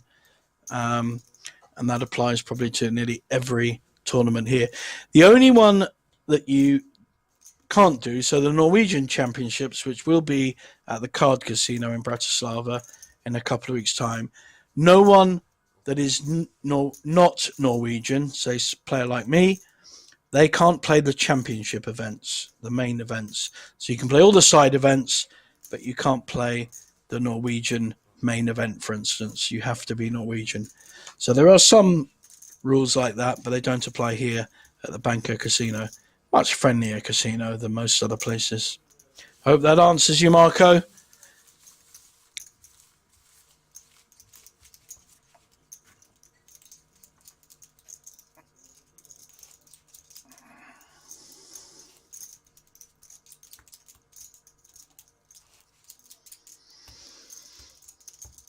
Five players left.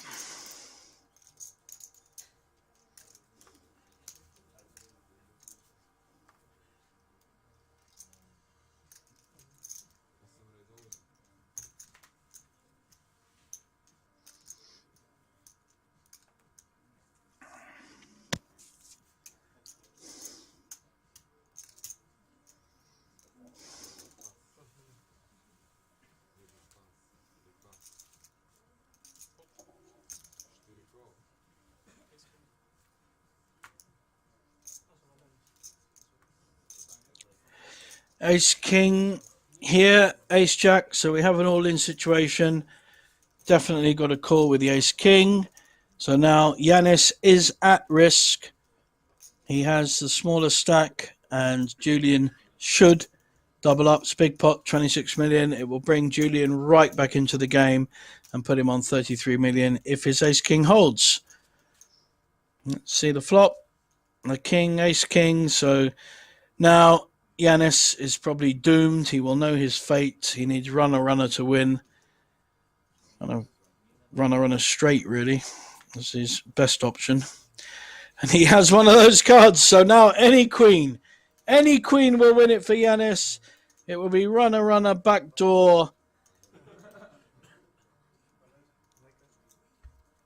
At least they're laughing. Oh, not a queen at all. So here we go. We have lost.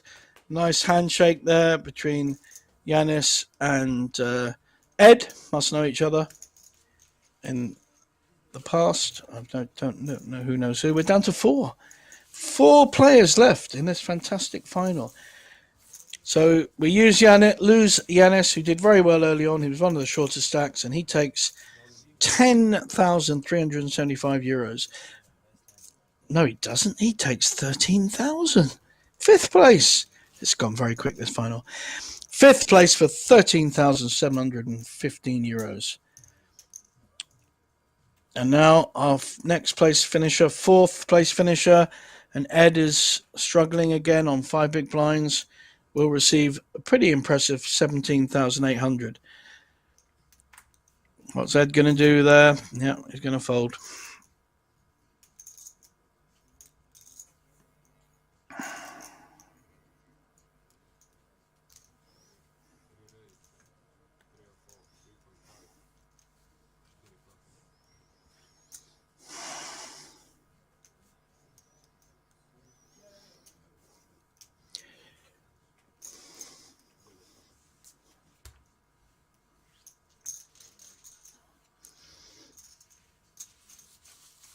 We've got a change of dealer.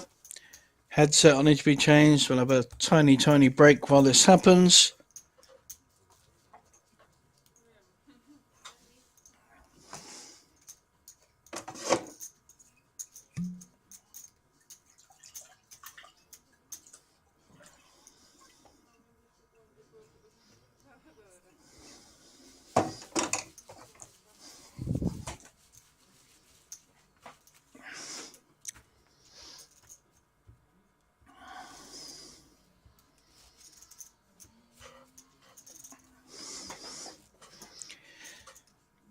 Table looks a bit unfair. We've got 3 on our left and 1 Polish player on our right.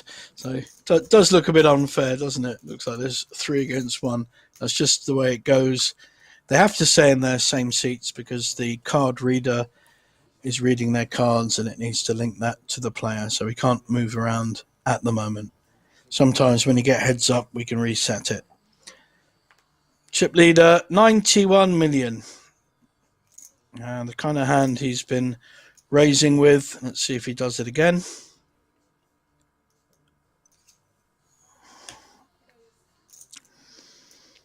Strong raise with a King 8 offsuit. He really is using his stack well. Let's see if we have any kind of resistance. Small blind folds. What has Ed got in the big blind? He's pretty committed to this pot, though. Oh, poor guy. 9-3 offsuit. A wry smile hits his face. I mean, he's just really run bad in this final. And he's a lovely guy as well. I've played with him quite a few times. And he's showing here. Do you expect me to call with this rubbish? Poor guy. I do feel for him. And yet, he's done well. Although he started in second, he's still in the top 4, and he's guaranteed a very nice payday. But poor guy, he's just had no hands.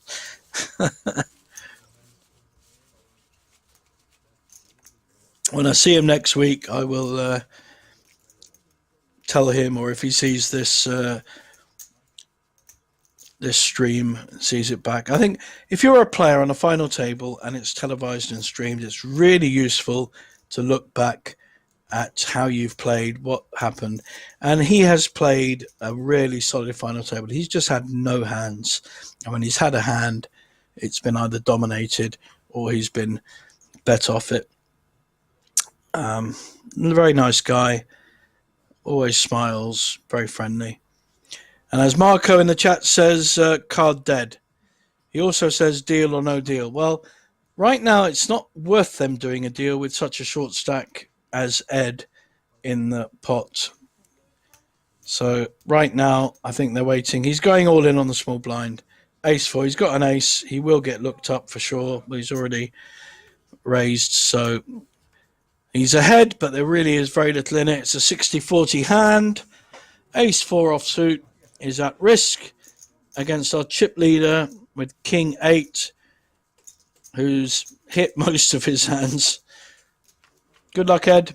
I hope you've double up here. And he's hit his ace, and there's a runner flush or runner straight. Could beat him, but well played, Ed. I'm glad you've deserve a bit of luck here, mate.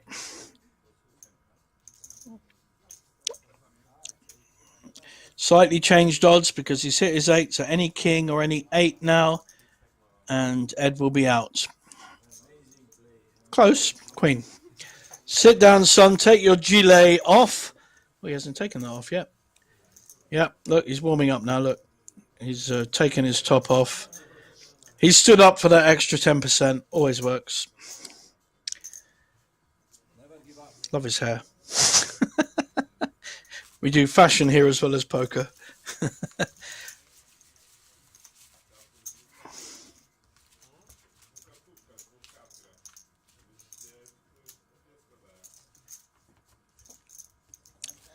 I got asked in the commentary who I like as a commentator, Joe Stapleton or Norman Chad. Norman has been around for quite a while and mainly does the WPT work. Joe Stapleton does the EPTs and wider, but he's mainly linked to the PokerStars brand, so he does the PokerStars tournaments. I know Joe quite well because I used to do stand-up comedy in London, as he has. He's a very lovely guy. I think he's very funny, and I love the way he commentates. I mean, I probably should have a sign saying I wish I was Joe Stapleton, but, you know, I'm not. I'm JJ Hazan. I can only be me. But I think Joe is a very good commentator and brings a lot of life to it. And we see is it a push? Yeah, I think it's an all-in from Ed on the button. So we see a fold. And I think we see a fold. Does he show his hand there? So a little bit of movement. Ed's finally getting back in this game. Marco says standing up is plus EV. 100% agree, mate. I've always believed in it. 2 weeks ago, I was in a televised final table, the Poker Listings final, Industrial Dawn, part of the festival, which I've been involved with. And I had Ace King against Ace Queen, and the flop came King Jack 10. So he flopped the nuts. I had a flush draw on the turn, stood up, didn't work. So it wasn't a great result. Lost a 20 million pot. Still ended up third. Can't complain. So here we go. Now this is an interesting one. 6-5 suited in the small blind. A hand I love, as I said earlier. Blinds are 2 million. So we've been asked by Christoph on the chat, what's the payout? Next one out is 17.8, 24.4, 37.8, and 64,500 for first. But like I said earlier, right at the beginning, these tournaments tend to have deals done with anywhere between 2 and 4 players. Right now, we have quite a short stack in Ed in seat 1, so they're unlikely to do a deal. May well do a deal when they're 3-handed. I don't know our chip leader at all, but we've learnt he was a dealer in Warsaw. But Kasper, being a dealer, would have seen a lot of deals done on the tables he's dealt with. So he may well not agree to a deal because he feels he's got this table in the palm of his hand. And I wouldn't argue against that.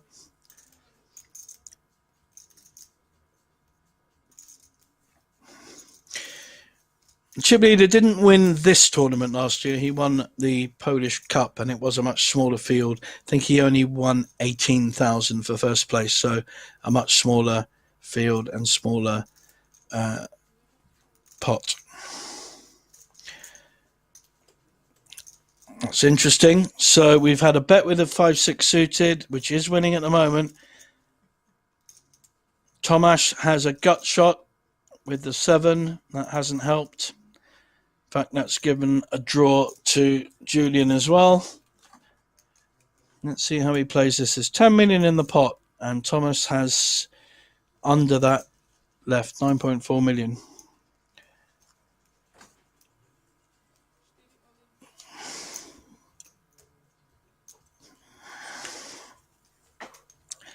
So we've seen a push here. He's playing on the clubs or the straight. And I think poor old Thomas is going to have to fold. Well played, Julian. Very good, strong poker there. So Marco has said he doesn't think the chip leader looks like a dealer. Well, one of his mates earlier in the commentary said he was a dealer at his game in Warsaw, and I have no reason to disbelieve that. So I accept that as fact. So Jakub Pulowski said he's actually a dealer in Warsaw and looks like he might be quitting his game soon if he wins this one for 64,000 euros. And I have no reason to disbelieve that. And Marco also asked, do I know Will Kassouf, or rather the legend of Will Kassouf? I know Will extremely well. I used to room with him when maybe 10 years ago, when we travelled to outside of London. I was playing with him last week at Dusk Till Dawn in Nottingham. I'm probably one of the only people that can out-talk Will at a table. I always take the piss out of him and mock him and say he only has 9 phrases, whereas I actually can speak English. So Will's all right. He made a big mistake in Vegas some years ago, and people will know about that. And that was just stupid. But he's a good player, wins a lot of satellite seats for big events, one for the EPT Paris. He's just won 2 seats for Ireland, the Irish Open, which I won a side event a couple of years ago. So he's okay. He's made a big mistake, and I think he's paid for that. Got a lot of bad press, but he also has a lot of supporters. So get on fine with Will. So here we have Ace Jack, and Thomas is wondering whether the chip leader is using his stack here and whether his Ace 6 will be any good. It's a tough spot he's in because he knows how active Kasper has been. I'm afraid he's been caught. This is the advantage of a very aggressive chip leader. Ed folds. He may well move up the ladder here because Ace Jack will snap call. And Tomasz will see the bad news. He's played very well to get to this point. Can he find a magic 6 to stay in, or maybe a straight?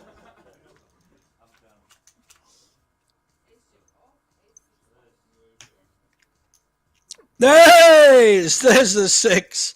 I must admit, I'm very fond of this slightly older Polish player. I think he's done really well. He's made some great folds and has done well. So only a jack. Otherwise, we see another double up. 23 million in the pot. There we go. Well done, Thomas. I don't think he expected to win that pot. So it's a lovely double up there. Little bit of a dent, 13 million in our chip leader's stack, but he still has 80 million. Tough life, huh?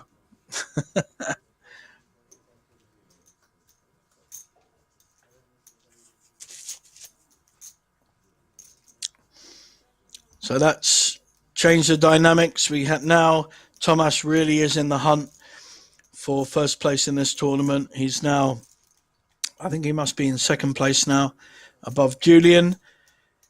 Chip leader is still looking good, looking strong. Got unlucky there. And Ed, I'm afraid, is down to 4-5 big blinds. And there's only 4 players left, so the big blinds come back around very quickly.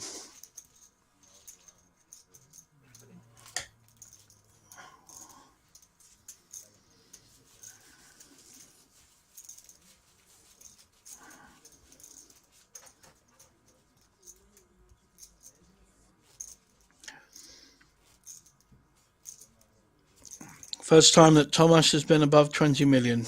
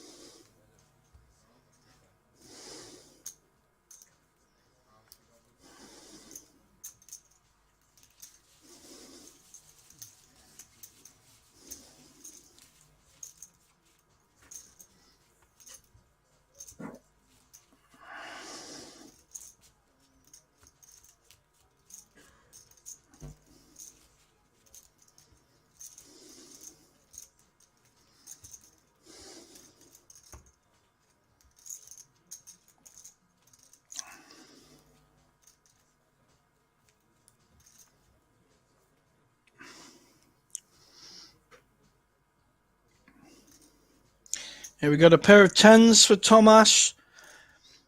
He's under the gun. He's definitely going to be raising here.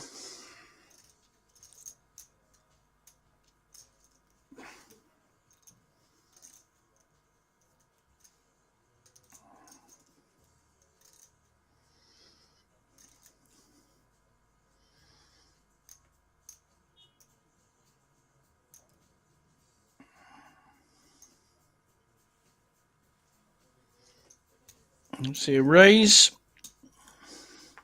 The blinds are now 2 million.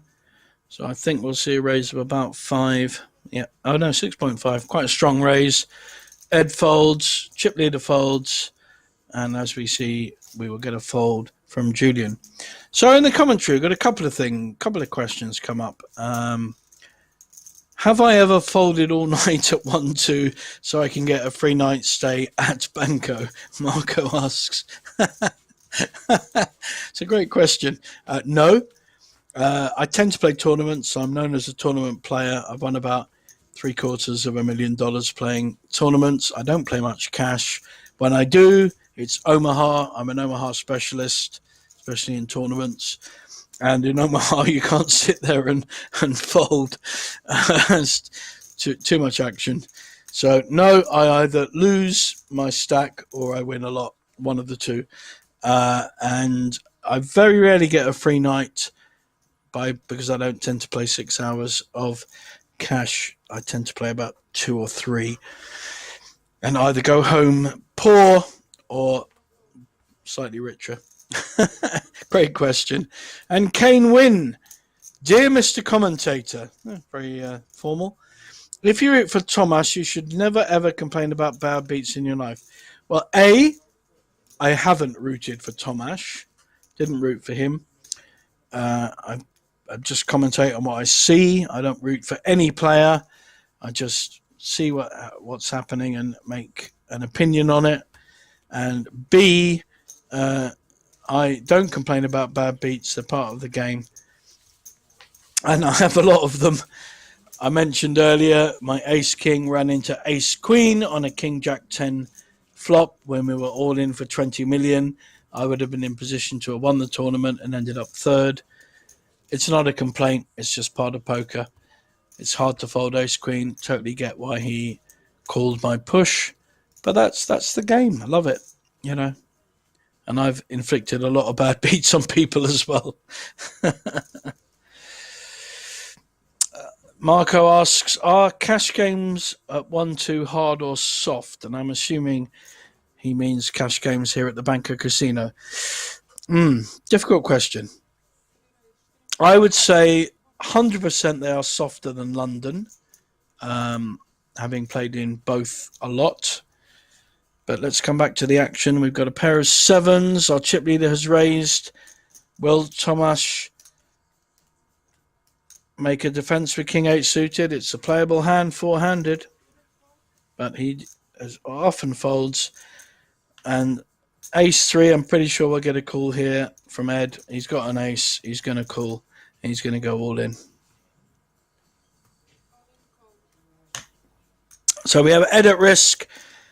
Pair of sevens is winning. He needs to spike an ace. He's getting the coat. The extra 10% plus EV is happening, people.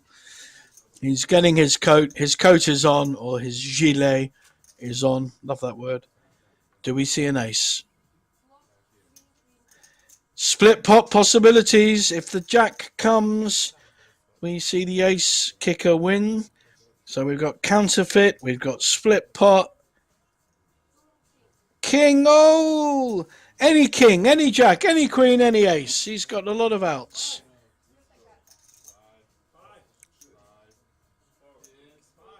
Sorry, not any queen. Any jack, any ace. Not that many outs. 25%.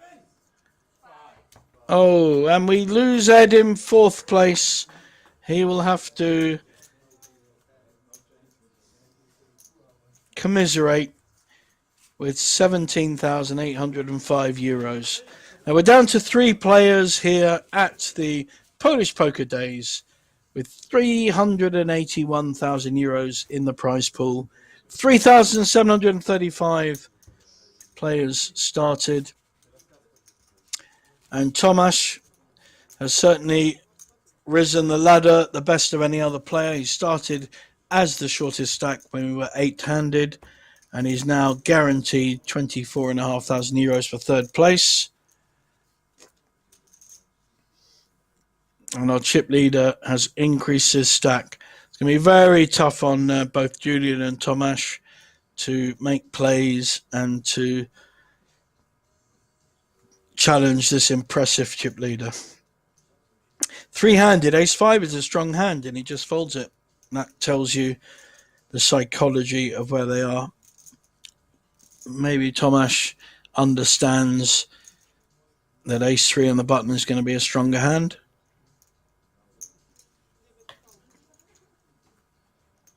Sunglasses are on. Now, even this chip leader, he may raise all in to try and knock the player out, or he may fold. But since he was in a big blind, he doesn't need to do anything. He is 2. He's a magician or a witch, one of the two. That's. And we now have a gut shot for Tomasz with the ace, and Mateusz doesn't really need to do. Sorry, not Mateusz. Kasper doesn't really need to do more than check. We're going to see a bet. I like this. It's a nice play. Will Kasper see through this and call with his pair of 2s? I mean, that king has made so many. He will. Look at this. Wow. Very good poker instincts. I love this. So now any ace or any jack. There's the jack. My goodness me. Tomasz has done well.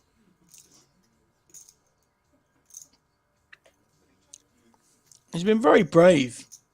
He's now hit the virtual nuts, I'm going to say, because it didn't look like anyone had a flush draw. He may actually check this just in case, or he may look for value. I like this.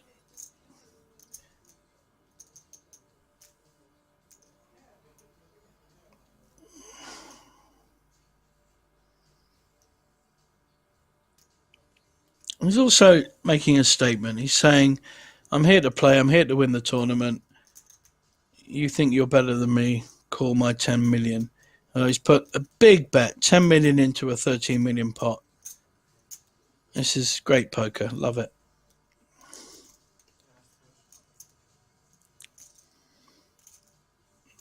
I put the view out there that we learned earlier that Casper is a dealer in Warsaw.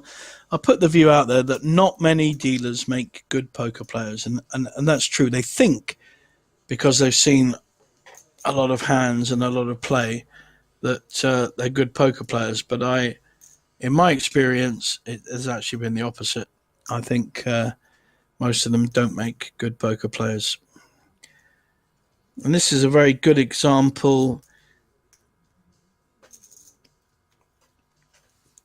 His opposition has put in a big raise compared to his stack size and the pot. Does he really think his 2 is winning?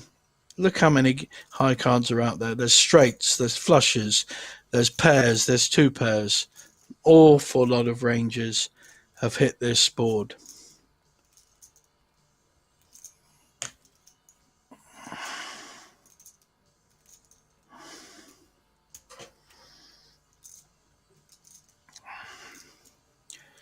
He's thinking it through. He's trying to work out whether if he raised, whether he'd get called. He's certainly looking at that option.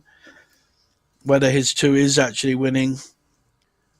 I mean, against this particular player, Tomasz, who's been really solid, who's made a lot of big folds, and he may have learnt that in the last break, how solid and playing.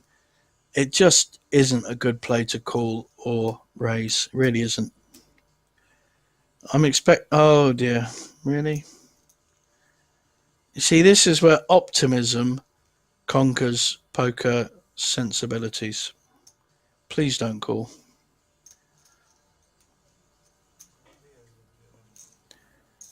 I mean, he's trying to work out what he had, but there's so many hands that beat you. Odds-wise, it really isn't a good call. Well, I think he's going to fold now. Come on, then.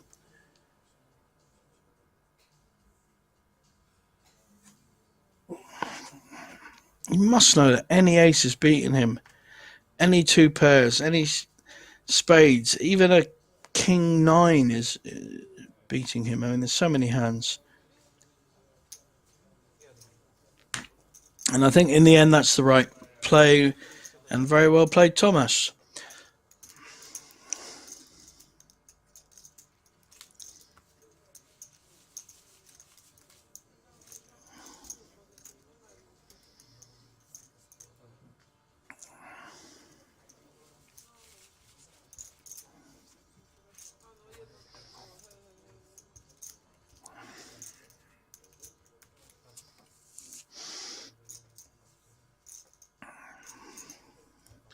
We're down to 3 players at the Polish Poker Days. My name is JJ Hazan. I love it out here in Bratislava, mainly play in London. And one of these players is going to pick up a fantastic payday of nearly 65,000 euros. We haven't heard any talk of a deal yet. It is possible. There is a chip leader and the other 2 are not far off half his stack. So it's quite possible that we'll get some kind of deal discussion happening. Like I said earlier, I have no idea whether the chip leader, who is a dealer in Warsaw, will even entertain a discussion. Don't know him. Julian, who's our Polish player. So we see a push with an 8-2. He's using his stack. 5.5 million raise. And Julian has to fold. We've only got 3 players, so making moves like this can be really effective. Fantastic poker. You really need to have a good hand to call or re-raise. a raise. So he's using his stack extremely effectively. He's played some superb poker on this final table.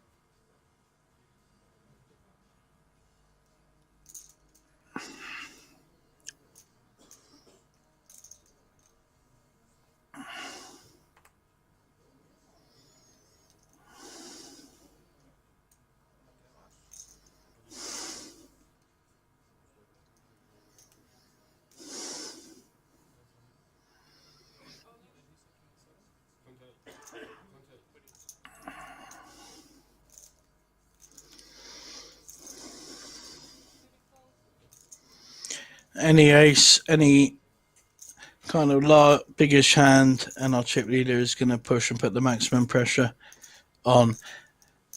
The downside of that is if someone wakes up with queens, jacks, any kind of big ace, king, ace, queen, they will call. And so you do have to be a little bit selective when you push too much. So, it will get through 70-80% of the times, but there will be times where you could double up one of your opposition. And if you do that, they're going to be equal with you on chips. So you just have to be a little bit careful now, Mr. Chip Leader, before you go too ballistic on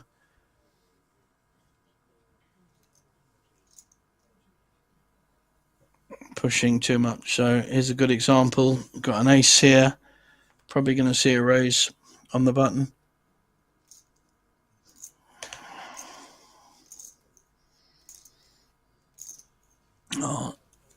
Austrian player Julian had a lot of support on the chat. I think he's pushed. Yep, 25 million push. We're going to see a fold from King 10. He's folded bigger hands than this. Wants a bit of TV time.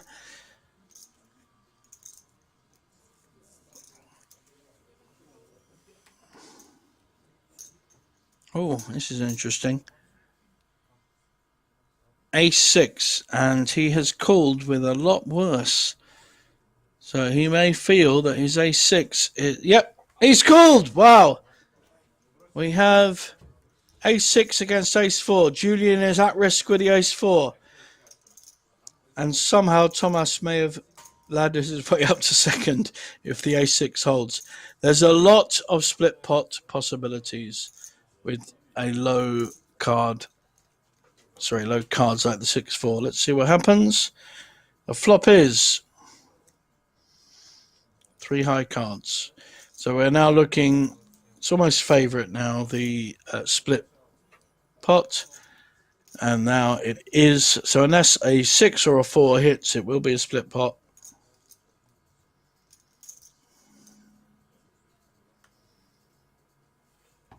Yep. So, oh wow, no, we had a flush. I didn't see that. Our chip leader has hit a flush on the river, went runner, flush. Our Austrian friend Julian has gone out in third, and we are down to 2 players with a massive chip lead. 2 Polish players, and we're on a break. We will see you very soon.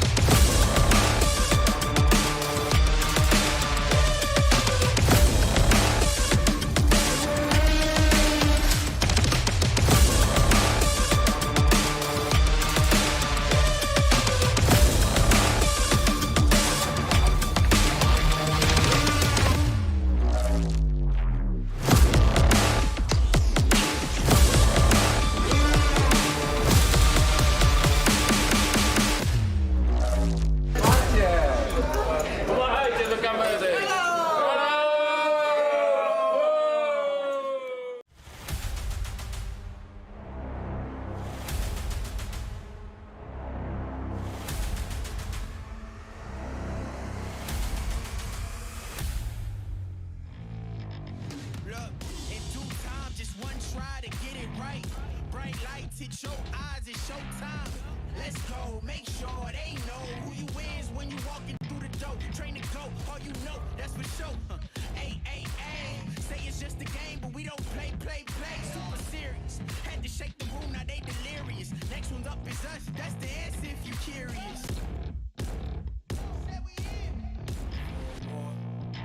Know that we here for.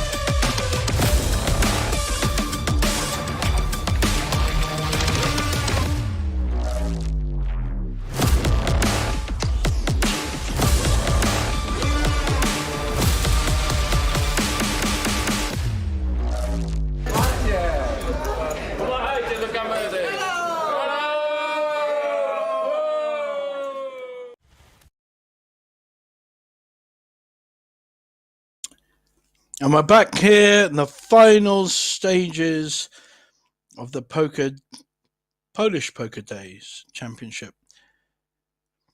There's our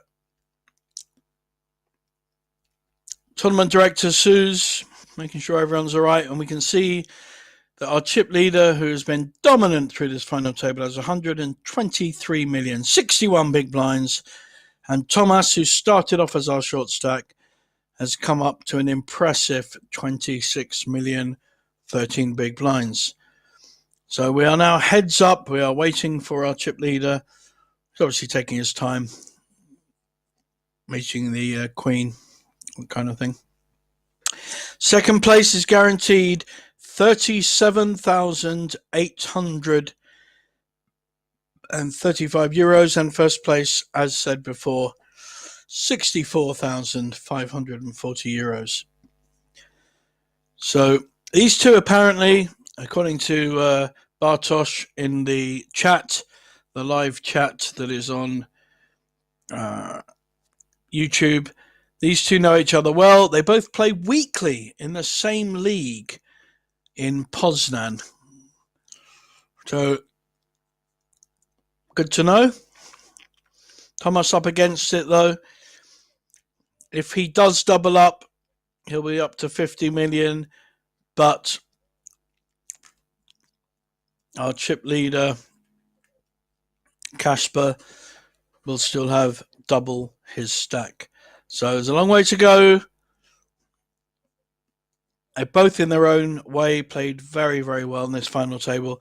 And I think I'd just like to point out that we've got two Polish players for this Polish-based tournament. That's fantastic. Very, very pleased to be able to announce that. It'll be very interesting to see the strategy that both players take. A, they know each other. B, they're both Polish. C, one has a big chip lead on the other.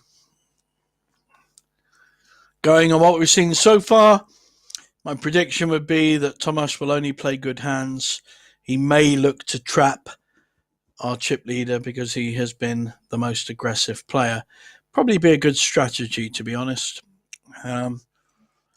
But our chip leader has not only played very well, played very aggressively, he's also hit a lot of flops.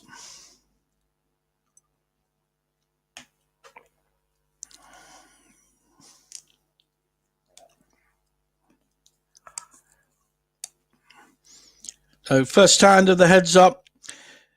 This is where when you're heads up, it does change. So the small blind is on the button and the big blind is on the other player. So we've seen a flat call with Jack 4 suited. Thomas, who's not got out of line once.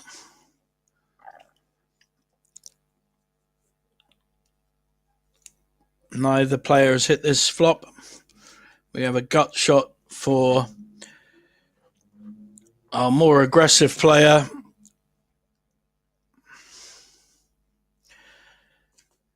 And Kasper plays to his strengths, bets, and we get a fold from Tomasz. I think Kasper knows that if he gets any kind of resistance, either a call or a raise, he's probably behind. He will give maximum respect to Tomasz.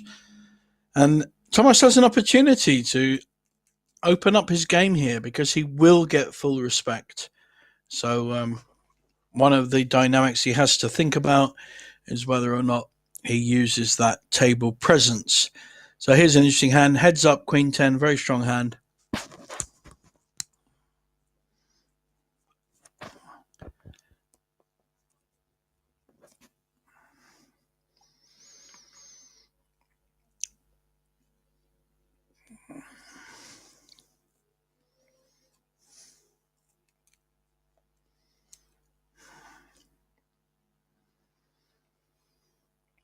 And we see a raise to 4 million. Jack 8, pretty good. hold to be able to at least call. But the way that young Casper has played, he really could do anything here. I think we're just seeing a call. So there's now 10 million in the pot with the blinds.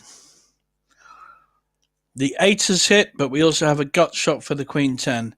This could be over quite quickly, folks. So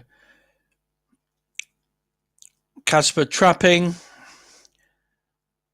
That 9 is not good for either player.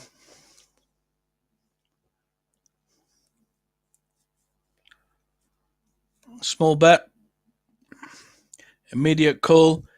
That should worry Casper. He's been very solid.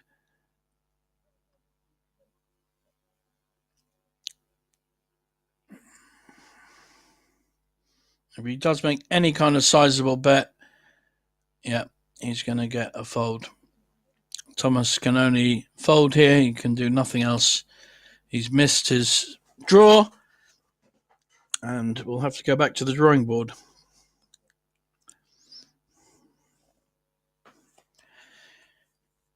And this is a good example of the more aggressive player winning pots from a more conservative player.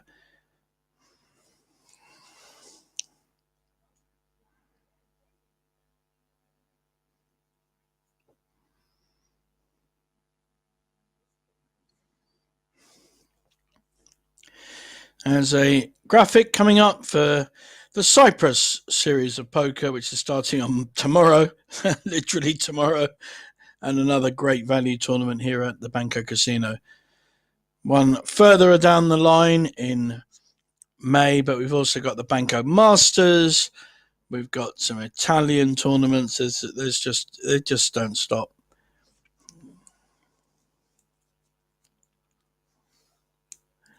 I'm pretty sure we'll see a raise here. No, only have we seen a raise, we've seen a shove.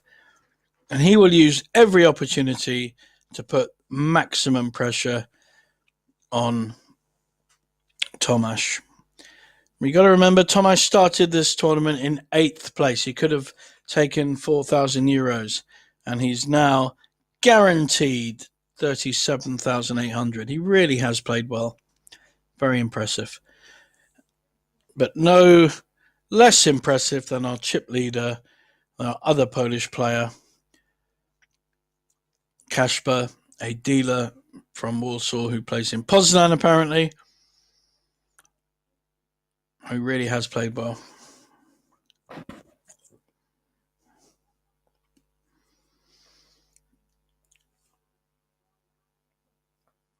We see a fold there with a 10-2 offsuit.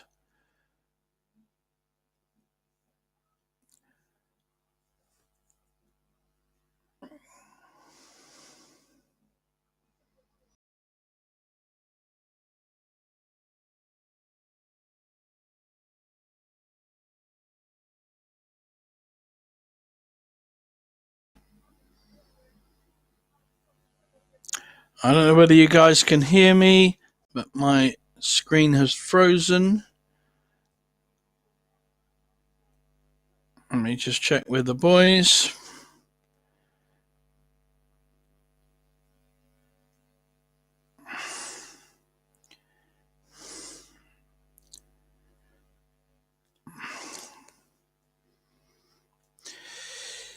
So I'm still stuck on the previous hand. I don't know what you're being streamed at the moment. Let me just have a look.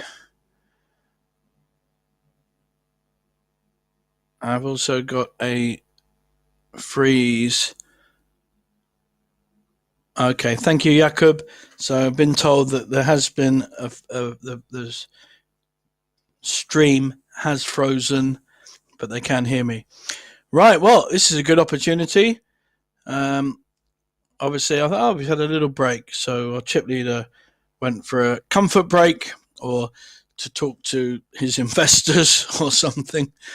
And we're back online now. And let's just check.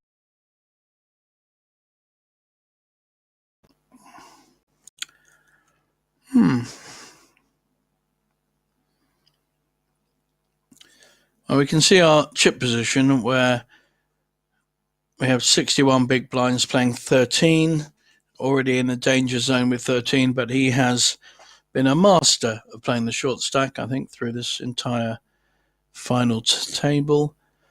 But he's up against a very impressive Kasper. I don't know about some of you that know him and have played against him, but I've been most impressed in how he has played his stack, his large stack throughout this final. He's played really, really well.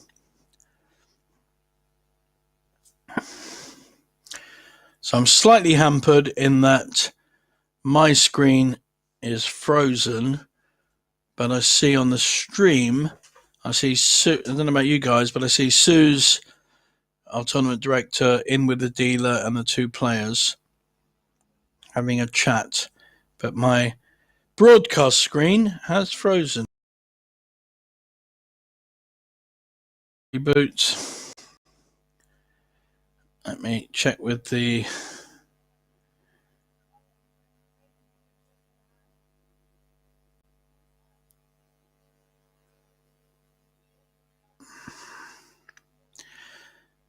technical boys, see what's happened.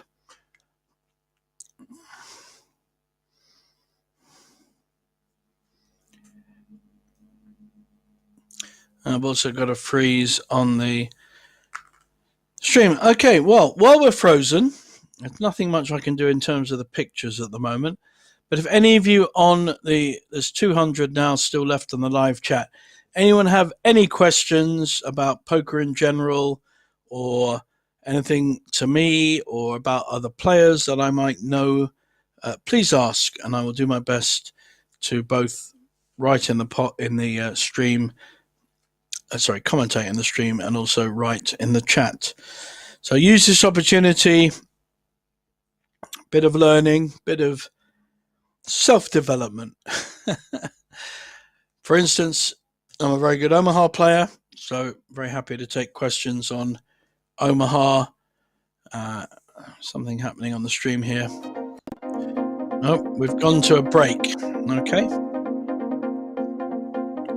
In which case, I will take a break.